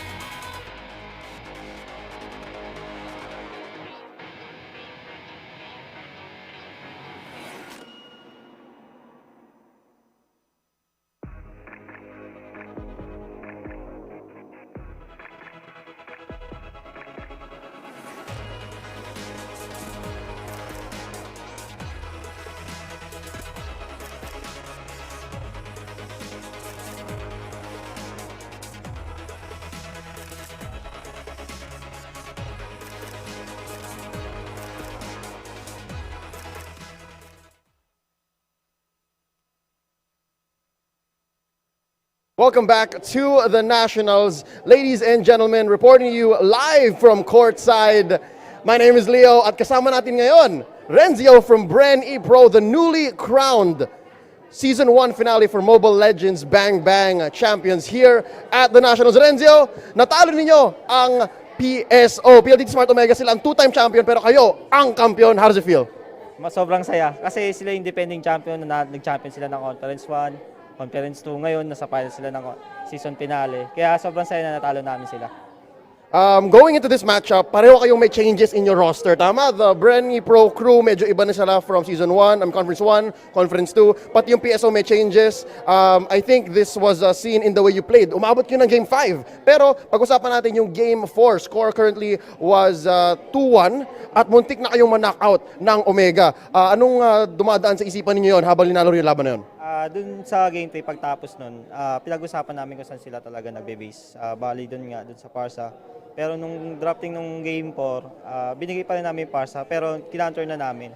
Tsaka nagkamali rin kami kasi ng invade ng game 3. Kaya na-on kami talaga dun sa game na yun, talaga natalo talaga kami. If anything, Game 3 was a wake-up call, no? Parang sabi nila, oy, bantayan nyo rin yung jungle ninyo. Very, very good performance for both teams here. Pero yun nga, ang nanalo at the end of the day, at the end of the night, it is BREN E-Pro. Renzio, quick question, what can we expect from BREN E-Pro, the organization, the team, and from you specifically in the future? Ang BREN talaga ay malakas. Paghahanda namin lahat ng laban namin, lalo na sa ibang mga tourney. Hindi lang sa nationals. Lahat po talaga, kasi magiging strict yung mga coach namin. Tsaka magiging disiplinado lalo kami. Lalo na yung mga game namin nung itong laban namin sa SJD, yung game 3. Yun nga, masyado kaming na-on dun sa invade namin. Magiging disiplina kami. Tsaka yung mga, binabati ko po pala yung mga boss dito sa BREN, sila Boss Jab, Boss Jeff. Tsaka yung mga pamilya ko po sumuporta dito, yun, lalo na yung asawa at anak ko. Yun, very, very important. I think yun yung tumulong din sa pagkapanalo ninyo, yung support. Once again, ladies and gentlemen, Renzio from BREN E-Pro. Hawak-hawak nyo yung championship dito, yung trophy. Wala nang question. Legit with receipt. Ladies and gentlemen, once more, I have been your courtside reporter for today here at the Nationals. Babalikan na natin sa ating casters. It's going to be Wolf and Butters taking us home. Legit na to, taking us home. It's all yours. Thank you so much, Leo. And of course, kay Renzio, napakalupit na performance. And you know what? Napaisip ako bigla, Butters. Hindi pala talaga, hindi na bago sa team ng BREN E-Pro, at least itong squad na to, yung matalo at almost ma-eliminate sa isang grand finals. They have been through it before, and it shows a lot of, sabihin nating, experience to kind of last that long in very long series. Kasi merong fatigue na nag-play into factor. You have to give it to BREN E-Pro. In the end, they were the ones to win it. And so good. yeah, para sa araw na to, they actually played 7 games straight. Yeah. Which is And mahirap po maglaro ng 7 game na mataas Professional ang match. stipulation. Professional match, mahirap na magdire-diretso ng ganyan to have yung alam mo yung mindset. Kasi kapag dumating ka sa point na sabihin natin, 5 games is fine. But when you enter your 6th game or 7th game, mental fatigue na yan eh. Yeah. And when mental fatigue comes in, you sometimes make decisions na hindi na That's maganda. and you have to give it to BREN E-Pro for lasting that long and Weathering well-deserved of the season finale. But of course, it will not be possible without the other teams in there. 4th place, still very important to take note, Signal Ultra Warriors. After a very good conference number 1, really disappointing conference number 2, but they're ending in a 4th place with 3 game series against the eventual champions. Goods pa rin. 3rd place, however, one of the best storylines as well. Happy Feet Emperors, the doggy-led squad with, superstars in the making. Itong team na to, they didn't have the license to get to 3rd place, but they still did.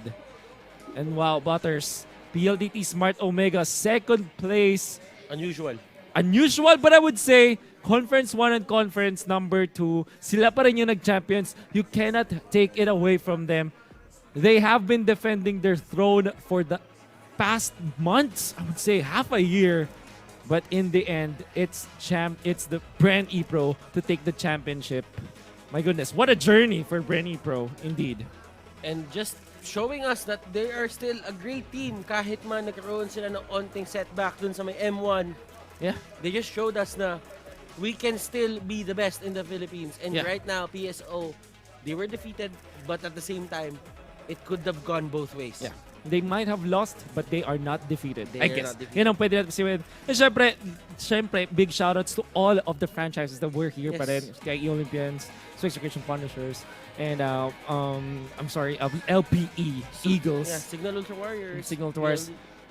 Really well done. And syempre sa lahat ng mga naging parte ng The Nationals, the other casters, the other courtside reporters, big shoutouts to you all. And syempre lahat ng mga nanood sa atin inyo. for The Nationals, thank you so much. Sa inyo. You are the real champions of this tournament. I guess this is where we say goodbye, Butters. Maraming salamat once again. Butters and Wolf signing off. And The Nationals, good night, good game. Mamba out! Yeah!